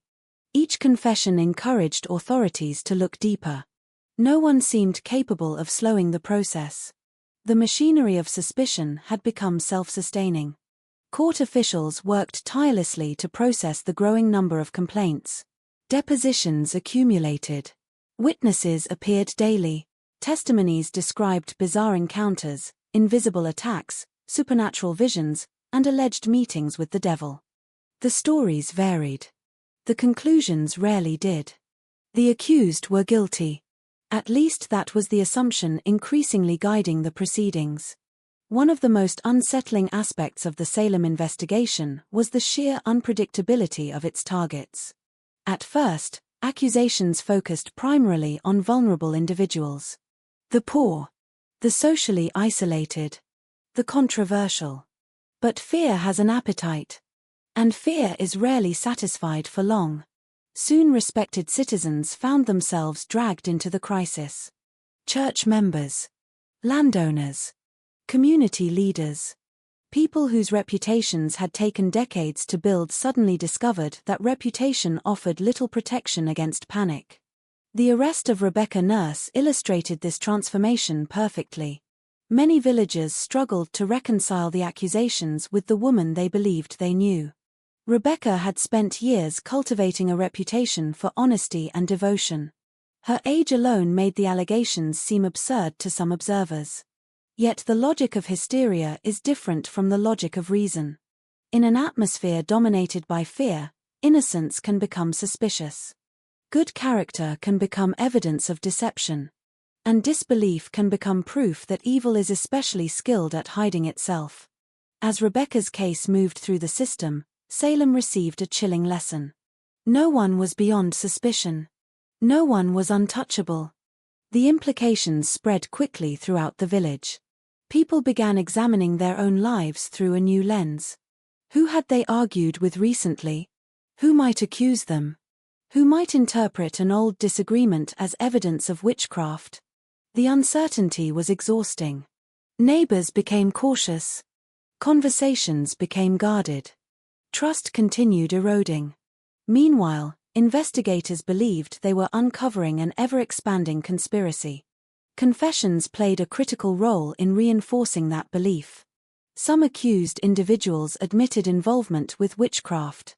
Others described elaborate stories involving dark rituals and supernatural encounters. Modern observers often wonder why innocent people would confess to impossible crimes. The answer may lie in the conditions surrounding the interrogations. The accused faced terrifying choices. Deny the allegations and risk execution. Confess and potentially survive. Under such circumstances, survival can become more important than truth. A confession did not necessarily indicate guilt. But in Salem, confessions were treated as powerful evidence. Every confession seemed to validate previous accusations. Every new name mentioned during questioning created additional suspects. The network expanded continuously. Authorities followed every lead. Many of those leads went nowhere. But failed accusations rarely weakened the overall investigation. Instead, they were often interpreted as proof that witches were exceptionally cunning. The logic became impossible to challenge. Evidence supported the accusations. Lack of evidence supported the accusations. Confessions supported the accusations. Denials supported the accusations. Every path seemed to lead toward the same conclusion. The devil was among them. One of the most tragic examples involved John Proctor. Unlike some earlier suspects, Proctor openly criticized aspects of the witchcraft proceedings. He questioned the reliability of the accusations. He expressed skepticism regarding the afflicted girls. Such criticism was dangerous. In Salem, challenging the investigation increasingly carried risks. Soon accusations turned toward him and his wife, Elizabeth. The message was unmistakable. Those who opposed the process could easily become part of it. Proctor's case sent waves of fear throughout the community. People who privately harbored doubts became even more reluctant to speak. Silence became a form of self-preservation. The investigation benefited from that silence. Without meaningful opposition, the machinery continued operating. Another significant figure caught within the expanding crisis was George Burroughs. A former minister, Burroughs seemed an unlikely suspect. Yet allegations portrayed him as something extraordinary. Some accusers claimed he possessed unnatural strength. Others described him as a leader among witches. The accusations grew increasingly dramatic, increasingly sensational, and increasingly detached from verifiable reality. Yet many people believed them. Because by this stage, belief no longer depended upon evidence. Belief depended upon fear. The prison population continued growing. Conditions inside colonial jails were harsh. Cold stone walls. Limited food. Poor sanitation. Uncertainty. The accused waited for trials while rumors circulated outside. Families struggled financially after losing breadwinners and caretakers. Children found themselves separated from parents. Spouses endured agonizing uncertainty. The investigation did not simply target individuals. It damaged entire families, entire networks of relationships, entire communities. Outside the prisons, Salem itself was changing. The village no longer resembled the place it had been months earlier. Public life revolved around accusations. Court proceedings attracted enormous attention. Witnesses discussed visions. Officials debated evidence. Ministers delivered sermons emphasizing spiritual warfare. The atmosphere felt increasingly apocalyptic. Many residents genuinely believed they were witnessing a battle between God and Satan. Such beliefs amplified the sense of urgency. If the devil truly threatened the community, extraordinary measures seemed justified. That perception allowed the investigation to grow beyond normal limits. Traditional standards weakened. Extraordinary claims received extraordinary attention. Extraordinary skepticism received very little. The afflicted girls remained central figures. Their testimony influenced investigations repeatedly. Their reactions during examinations often shaped public opinion. Observers scrutinized every movement, every scream, every collapse, every claim. To supporters of the trials, these reactions represented proof. To critics, they raised troubling questions. But criticism struggled to gain traction. Fear remained the dominant force. As the months progressed, investigators encountered numerous contradictions. Different testimonies sometimes conflicted. Stories changed. Details shifted. Certain accusations proved difficult to verify. Yet these inconsistencies rarely slowed the process. Instead, they were absorbed into the broader narrative. The investigation had become too large to question effectively. Too many reputations were invested. Too many officials were involved. Too many people feared the consequences of admitting mistakes. This phenomenon appears repeatedly throughout history. Once institutions commit themselves to a particular narrative, reversing course becomes difficult. Admitting error requires courage. Continuing forward requires only momentum. Salem possessed momentum in abundance. By late summer, executions had begun. The investigation was no longer merely identifying suspects. It was producing deaths. Each execution reinforced the perceived legitimacy of the system. Authorities interpreted convictions as validation. Supporters interpreted executions as victories. Critics watched with growing alarm. Yet even as bodies accumulated, the investigation continued expanding. Names kept emerging. Accusations kept multiplying. The search never seemed complete. That endless search revealed a fundamental problem. There was no clear endpoint. How could investigators know when every witch had been identified? How could they prove the threat had been eliminated? The absence of clear answers encouraged continued suspicion. If misfortune persisted, witches must remain hidden. If fear persisted, witches must remain hidden. The logic perpetuated itself indefinitely. Some residents began recognizing this pattern. Quiet doubts started appearing. Not everyone voiced them openly. But concerns existed. People noticed respected citizens being accused. They noticed unreliable testimony. They noticed contradictions. The certainty that once dominated Salem began showing small cracks. At first, those cracks were nearly invisible. But they existed. And over time they would widen. The investigation, meanwhile, continued generating victims. The list of accused individuals approached numbers unimaginable only months earlier. Lives were being destroyed faster than the system could process them. Families waited desperately for news. Prison cells remained crowded. Courtrooms remained busy. Fear remained everywhere. The investigation had reached a point where it no longer resembled a search for truth. It resembled a machine. A machine powered by panic. A machine fueled by testimony. A machine that required a constant supply of suspects to justify its own existence. And like many machines created by fear, it became increasingly difficult to control. As autumn approached, Salem stood at a crossroads. The investigation appeared stronger than ever. Yet beneath the surface, doubts were growing. Questions were forming. Some people had begun wondering whether the village was confronting witches at all. Others wondered whether something far more dangerous had taken hold. Not witchcraft. Not sorcery. But fear itself. And soon, events would force Salem to confront a possibility many had spent months trying desperately to avoid. What if the investigation had been wrong from the beginning? Part 7. The Breakthrough. Every investigation eventually reaches a moment when the narrative begins to crack. Sometimes it happens because a witness changes their story. Sometimes because new evidence emerges. Sometimes because a single individual finally asks the question everyone else has been afraid to ask. In Salem, the breakthrough did not arrive suddenly. There was no dramatic confession.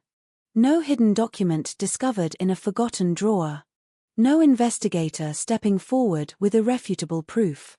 Instead, the turning point emerged slowly, almost reluctantly, as the consequences of the witch trials became too large to ignore.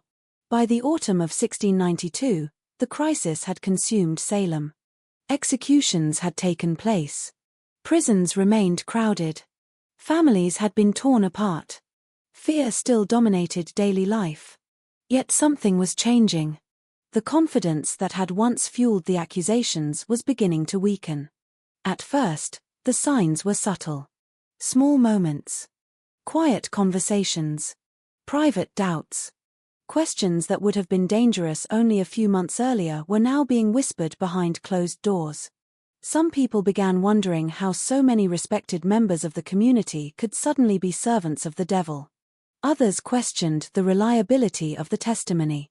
The afflicted girls continued making accusations, but not everyone responded with the same unquestioning acceptance as before.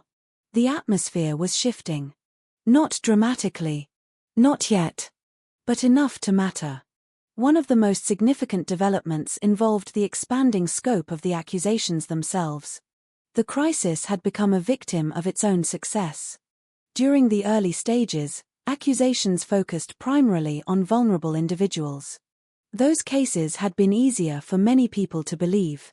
But as the list of suspects expanded, increasingly prominent figures found themselves targeted.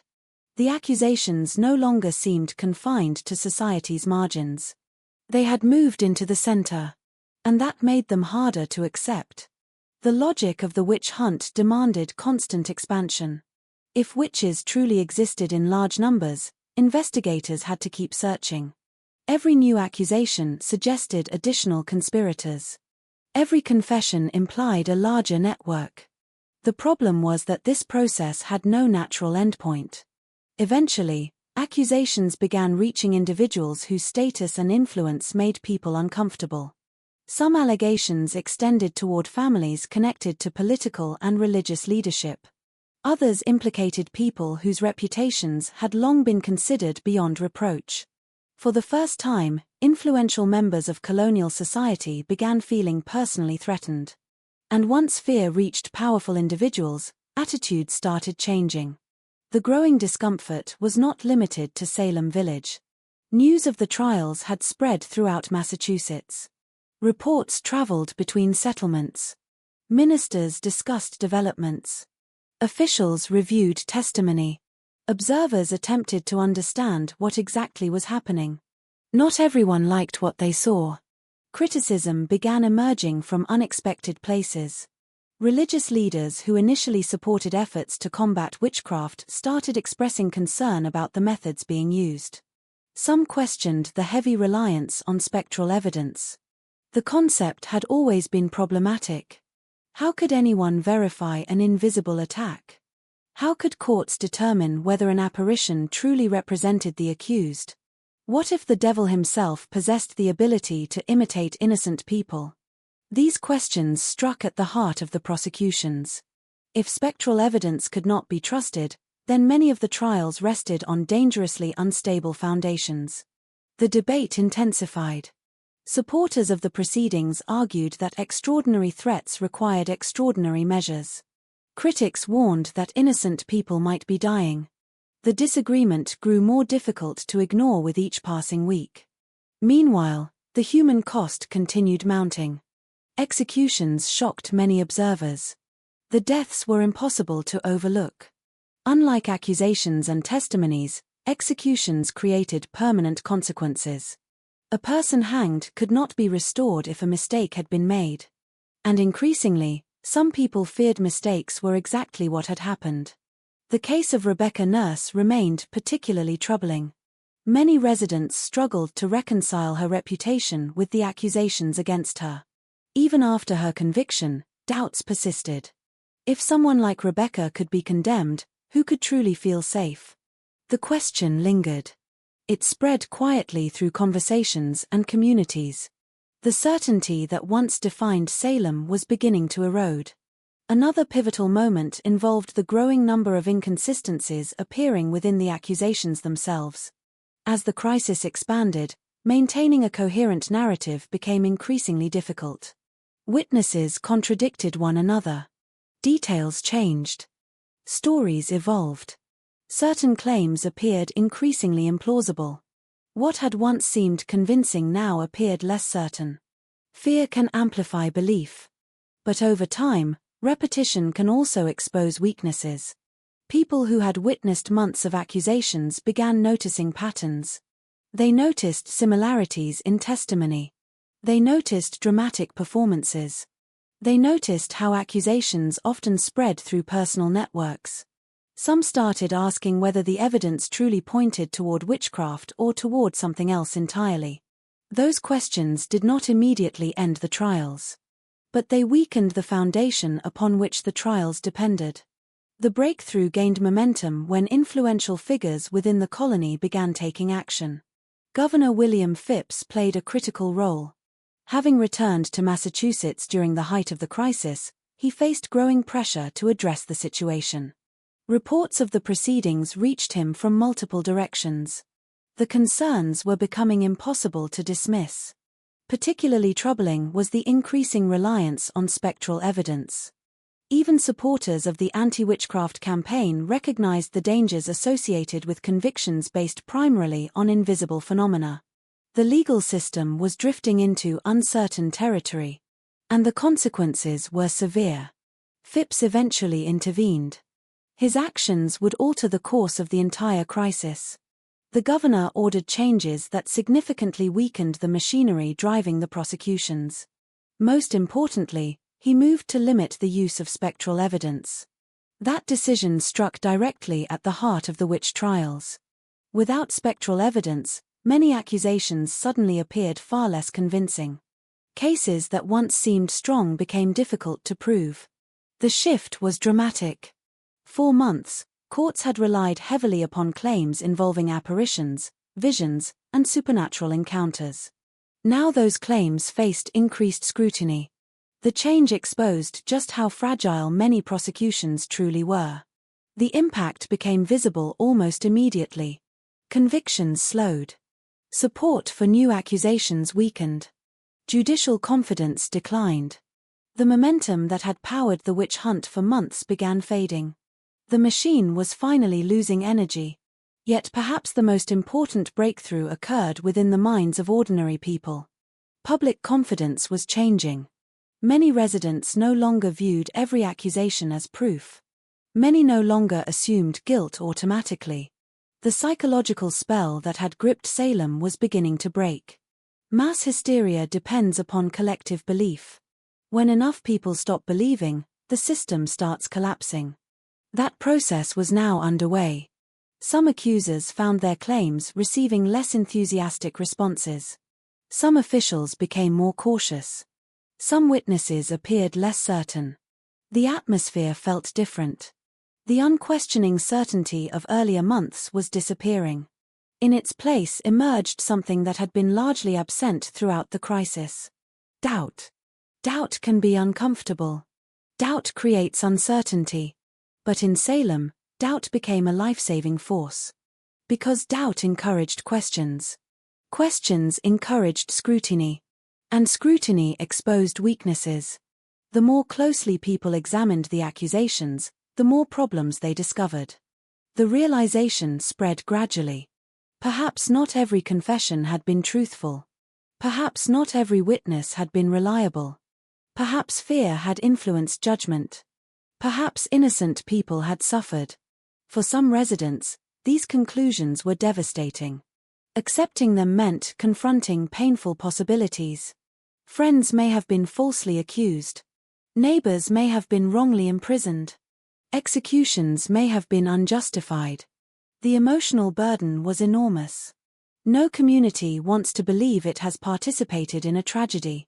No society wants to admit it has failed innocent people. Yet Salem was approaching that realization. The breakthrough was not merely legal. It was psychological, moral, social. The village was awakening from a collective nightmare. Not everyone recognized it immediately.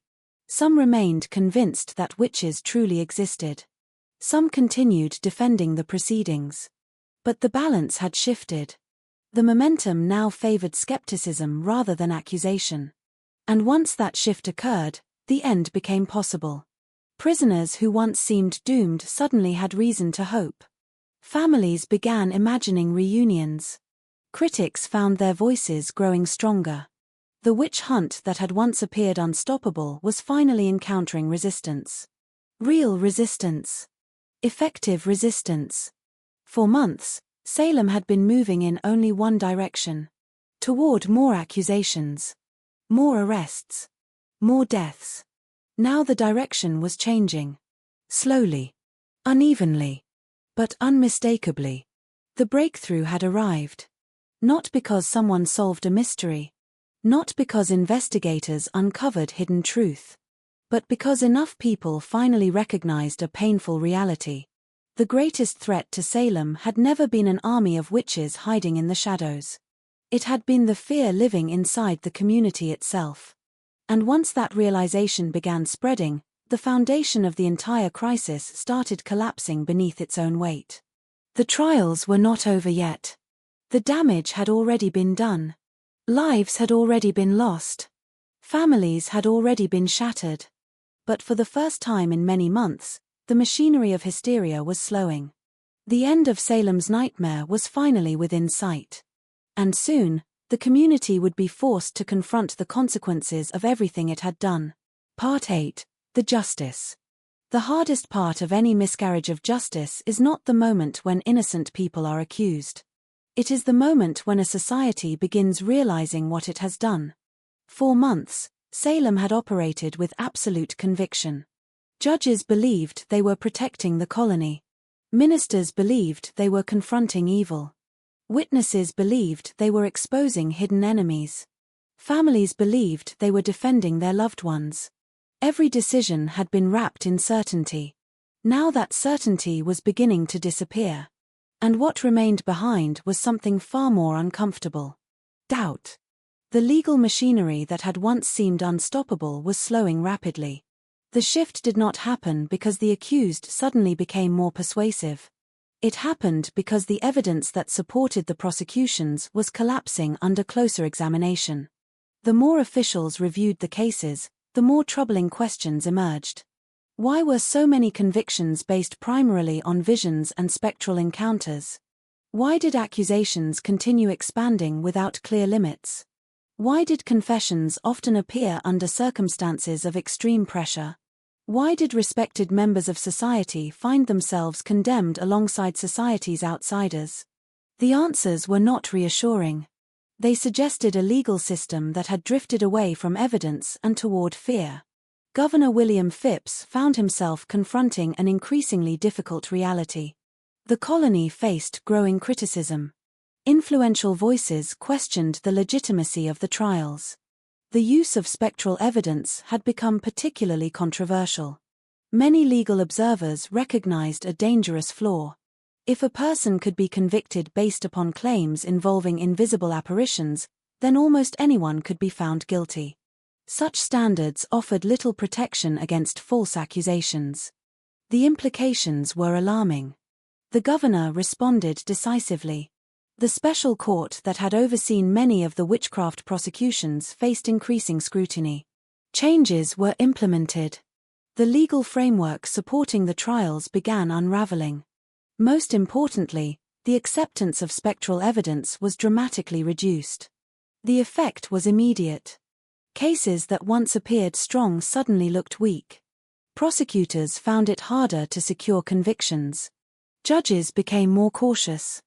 The burden of proof began shifting back toward reality. Without stories of invisible attacks serving as primary evidence, many accusations struggled to survive legal examination. One by one, the foundations of the prosecutions crumbled. 4 prisoners awaiting trial, these developments represented the first genuine hope they had experienced in months. Inside crowded jails, word spread slowly. The atmosphere remained uncertain. No one knew exactly what would happen next.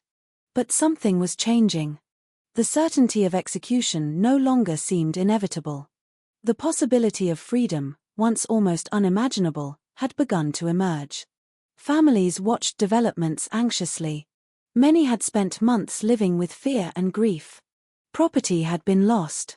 Savings exhausted. Reputations destroyed. Some families had already buried loved ones. Others prayed they would not have to. The emotional damage extended far beyond courtroom walls. Every arrest had affected spouses, children, siblings, and parents. Every execution had left a permanent void. No legal decision could undo those losses. Yet the colony now faced an important choice. Would it continue down the path of fear? Or would it acknowledge that terrible mistakes had been made? As new courts reviewed remaining cases, acquittals became more common. Evidence once accepted without question now faced greater scrutiny. Witnesses encountered tougher examination. Judges appeared less willing to rely upon supernatural claims. The atmosphere had transformed. Not completely, but significantly. The legal system was beginning to rediscover skepticism. For months, skepticism had been treated almost as a threat. Now it was becoming an essential safeguard. One by one, many remaining prisoners were released. Some emerged from confinement physically weakened. Months spent in harsh colonial prisons had taken a heavy toll. Cold conditions, poor nutrition, disease, uncertainty. The experience left lasting scars. For many survivors, freedom brought relief but not peace. How could it? They returned to communities where neighbors had testified against them. Communities where rumors had destroyed their lives. Communities where trust had been shattered. The release of prisoners did not erase what had happened. The trauma remained. Salem itself struggled with the aftermath. The village that had once appeared united in purpose now faced uncomfortable divisions. Some residents defended their actions. Others expressed regret. Some avoided discussing the events entirely. Many families carried private guilt. Others carried private anger. The emotional landscape was complicated. No simple resolution existed. One of the most powerful examples of that complexity involved the judges and officials who had participated in the trials. Many genuinely believed they had acted appropriately. They had operated within the assumptions of their time. They feared witchcraft. They trusted testimony. They believed they were protecting society. Yet good intentions do not erase harmful consequences. History often judges actions by outcomes rather than motivations. And the outcomes in Salem were devastating. 19 people had been hanged. Giles Corey had been crushed beneath heavy stones. Several prisoners had died in jail. Countless others had suffered imprisonment, financial ruin, and public humiliation. Those facts could not be ignored. Gradually, admissions of error began emerging. Some individuals involved in the proceedings publicly expressed regret. Others apologized. Some acknowledged that innocent people had likely been condemned. These admissions mattered. Not because they erased the damage. Nothing could do that. But because they represented an attempt to confront reality. Justice requires truth. And truth requires honesty. even painful honesty. The colony slowly moved toward official recognition of the mistakes. Years passed. Then more years. The process unfolded gradually rather than dramatically. Legal actions eventually overturned certain convictions. Efforts were made to restore reputations. Compensation was provided to some surviving families. These measures represented attempts to repair the damage. Yet full restoration proved impossible. A widow whose husband had been executed could not simply resume her previous life. Children who lost parents could not recover lost years. Communities could not instantly rebuild trust. Justice arrived late and incomplete. That reality forms one of the most tragic aspects of the Salem story. The innocent were eventually recognized. But many received that recognition only after death. History often works that way. Truth emerges slowly. Sometimes too slowly. The names of those condemned gradually transformed from symbols of guilt into symbols of injustice. Rebecca Nurse became remembered not as a witch but as a victim. John Proctor became remembered not as a servant of darkness but as a man destroyed by hysteria. Giles Corey became remembered for his refusal to surrender under pressure. The historical narrative reversed itself. Those once portrayed as villains became victims. Those once viewed as protectors faced difficult scrutiny. This transformation did not occur overnight. It emerged through reflection, through investigation, through the willingness of later generations to re-examine assumptions. As time passed, the legal lessons of Salem gained increasing significance. The trials exposed fundamental dangers associated with weak evidentiary standards. They demonstrated how fear can distort judgment, how public pressure can influence legal systems, how assumptions can replace facts. These lessons extended far beyond 17th century Massachusetts. They became warnings relevant to every generation. Because the core problem was not witchcraft. The core problem was certainty without evidence. The legal collapse of the trials highlighted an uncomfortable truth. Courts are only as reliable as the standards they apply. When evidence becomes secondary to emotion, injustice becomes easier. When accusations become more important than verification, innocent people become vulnerable. Salem provided a dramatic example of that principle. The colony paid a terrible price for learning it. By the time the crisis ended, the executions had stopped. The prisons had begun emptying. The accusations had lost momentum. The panic had finally broken. But victory felt hollow. Too many lives had already been damaged. Too many families had already suffered. The legal system had survived. Its reputation had not escaped unscathed. For many survivors, the end of the trials did not feel like triumph. It felt like exhaustion. The nightmare was over. But the memories remained. The empty chairs at family tables remained. The grief remained. The unanswered questions remained. How had this happened? How had ordinary people become participants in such a tragedy? How had fear become more powerful than evidence? Those questions would linger for generations. And perhaps they still linger today. Because the justice that finally arrived in Salem was not perfect justice. It was delayed justice. Partial justice. The kind of justice that comes only after irreversible harm has already occurred. Yet even imperfect justice mattered. It ended the executions. It freed prisoners. It exposed flaws. It forced a society to confront its mistakes. And in doing so, it created one of history's most enduring warnings. A warning written not in laws or speeches, but in the lives of the people who suffered when fear was allowed to take the place of truth. The courts had finally changed course. The hysteria had finally begun to fade. The legal battle was ending. But the story of Salem was far from over. Because long after the trials ended, long after the judges left their benches and the prison doors opened, the deeper consequences of what happened would continue echoing across centuries. And those echoes would ensure that Salem would never be forgotten.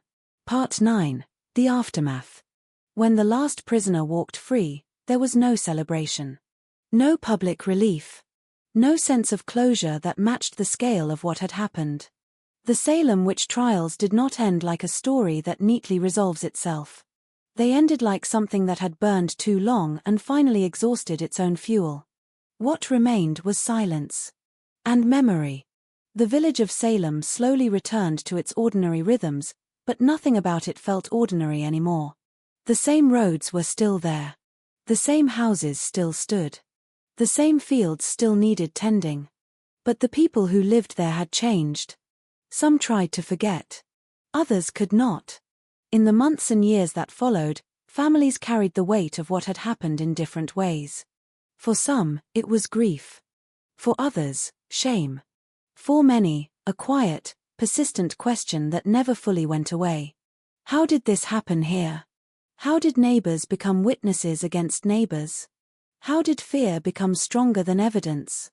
How did a justice system designed to protect people become a system that destroyed them? There were no simple answers. Only layers of reflection that deepened over time. The legal aftermath unfolded slowly. Reversals of conviction came gradually, often years after the original trials. Names of the condemned were formally cleared. Efforts were made to compensate surviving families, though no amount of restitution could replace what had been lost. Money could not restore lives. It could not rebuild reputations that had been shattered in public courtrooms. It could not bring back those who had already been executed. The law could correct its records. But it could not rewrite the past. Among the most haunting aspects of the aftermath was how ordinary many of the participants had been. There were no singular monsters responsible for everything. No hidden mastermind orchestrating events from the shadows. Instead, there were judges trying to uphold order in a frightened society. There were ministers interpreting events through a religious worldview that saw spiritual warfare as real and immediate. There were neighbors interpreting personal conflicts as evidence of something larger and darker. There were children whose fears became testimony. And there was a system that allowed fear to replace restraint. Salem did not collapse because of one decision. It collapsed because of many small decisions made under pressure, each one appearing reasonable in isolation. That is what makes the story so difficult to distance from. It does not rely on extraordinary evil. It relies on familiar human tendencies. Fear. Conformity. Authority bias. The desire for certainty in uncertain times. The willingness to believe explanations that feel emotionally satisfying, even when evidence is weak. Over time, Salem became more than a historical event. It became a symbol. A warning that traveled far beyond the boundaries of colonial Massachusetts. The phrase witch hunt entered the language as a metaphor for unjust persecution. It came to describe situations where accusations replace evidence, where suspicion replaces proof, and where fear replaces fairness. The legacy of Salem is not just about what happened in 1692. It is about how easily similar patterns can emerge in different forms. Different centuries. Different societies. Different contexts. The details change. The structure often does not. Even after the trials ended, the memory of them remained deeply embedded in American history. Generations later, Salem would be studied not only as a historical tragedy but as a psychological and social case study. How does collective fear spread? Why do rational people participate in irrational systems? What causes entire communities to lose perspective? These questions continue to be asked because Salem never became just a closed chapter. It became an ongoing lesson. In the physical space where the events occurred, time eventually softened some of the immediate scars. But it did not erase them. Monuments were later established to remember those who were executed. Names were inscribed. Stories were retold. Not to sensationalize what happened, but to acknowledge it. To ensure that the individuals who suffered were not reduced to statistics or forgotten entirely. Each name represented a life interrupted. A person who woke up one morning in a world that still made sense, and found themselves suddenly inside a system that no longer did. The emotional weight of that reality remains difficult to fully grasp. For those who lived through it, there was no historical perspective. No distance. Only uncertainty and fear unfolding in real time. That is what makes hindsight both powerful and limited. We can analyze the patterns. We can identify the failures.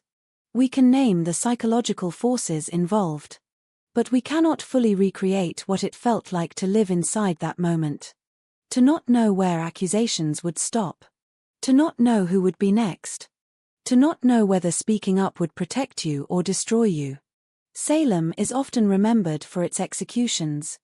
But its deeper legacy lies in what it reveals about human behavior under pressure. It shows how quickly normal systems can destabilize when fear becomes dominant. It shows how authority can be used to legitimize uncertainty. It shows how communities can become trapped inside narratives they no longer fully control. And it shows how difficult it is to reverse momentum once a collective belief takes hold. Perhaps the most important lesson is also the most uncomfortable. The people of Salem were not fundamentally different from anyone else. They were not uniquely irrational. They were not uniquely cruel. They were human beings placed in conditions that distorted judgment.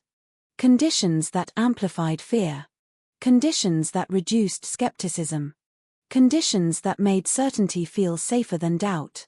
That is why the story continues to matter. Not because it is distant, but because it is recognizable. In modern times, Salem is often referenced when discussing moral panic, misinformation, and collective hysteria. The forms have changed. The mechanisms are often more subtle. But the underlying dynamics can still be observed. When fear spreads faster than verification. When accusations gain momentum before evidence is evaluated. When communities begin defining safety through exclusion rather than understanding. The echoes of Salem become visible again. Not as repetition of history in exact form, but as repetition of pattern. And patterns are what make the story enduring. In the end, Salem is not only about what happened in 1692. It is about what remains possible in any society that forgets how fragile truth can be when confronted with fear. The trials ended. The executions stopped. The prisoners were released. But the question never truly disappeared. It still lingers in the background of every retelling.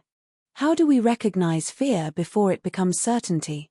How do we protect truth when belief becomes overwhelming? How do we ensure that justice remains tied to evidence rather than emotion? There is no final answer that closes the discussion completely. Only awareness. Only memory. Only the willingness to remember that even ordinary people, in ordinary places, can become part of extraordinary tragedies when fear takes control of judgment. Salem is not just a story about the past. It is a reminder of what must be watched for in the present. And that is why, centuries later, the silence that followed the trials still feels heavy. Not because the story ended, but because its lessons never did.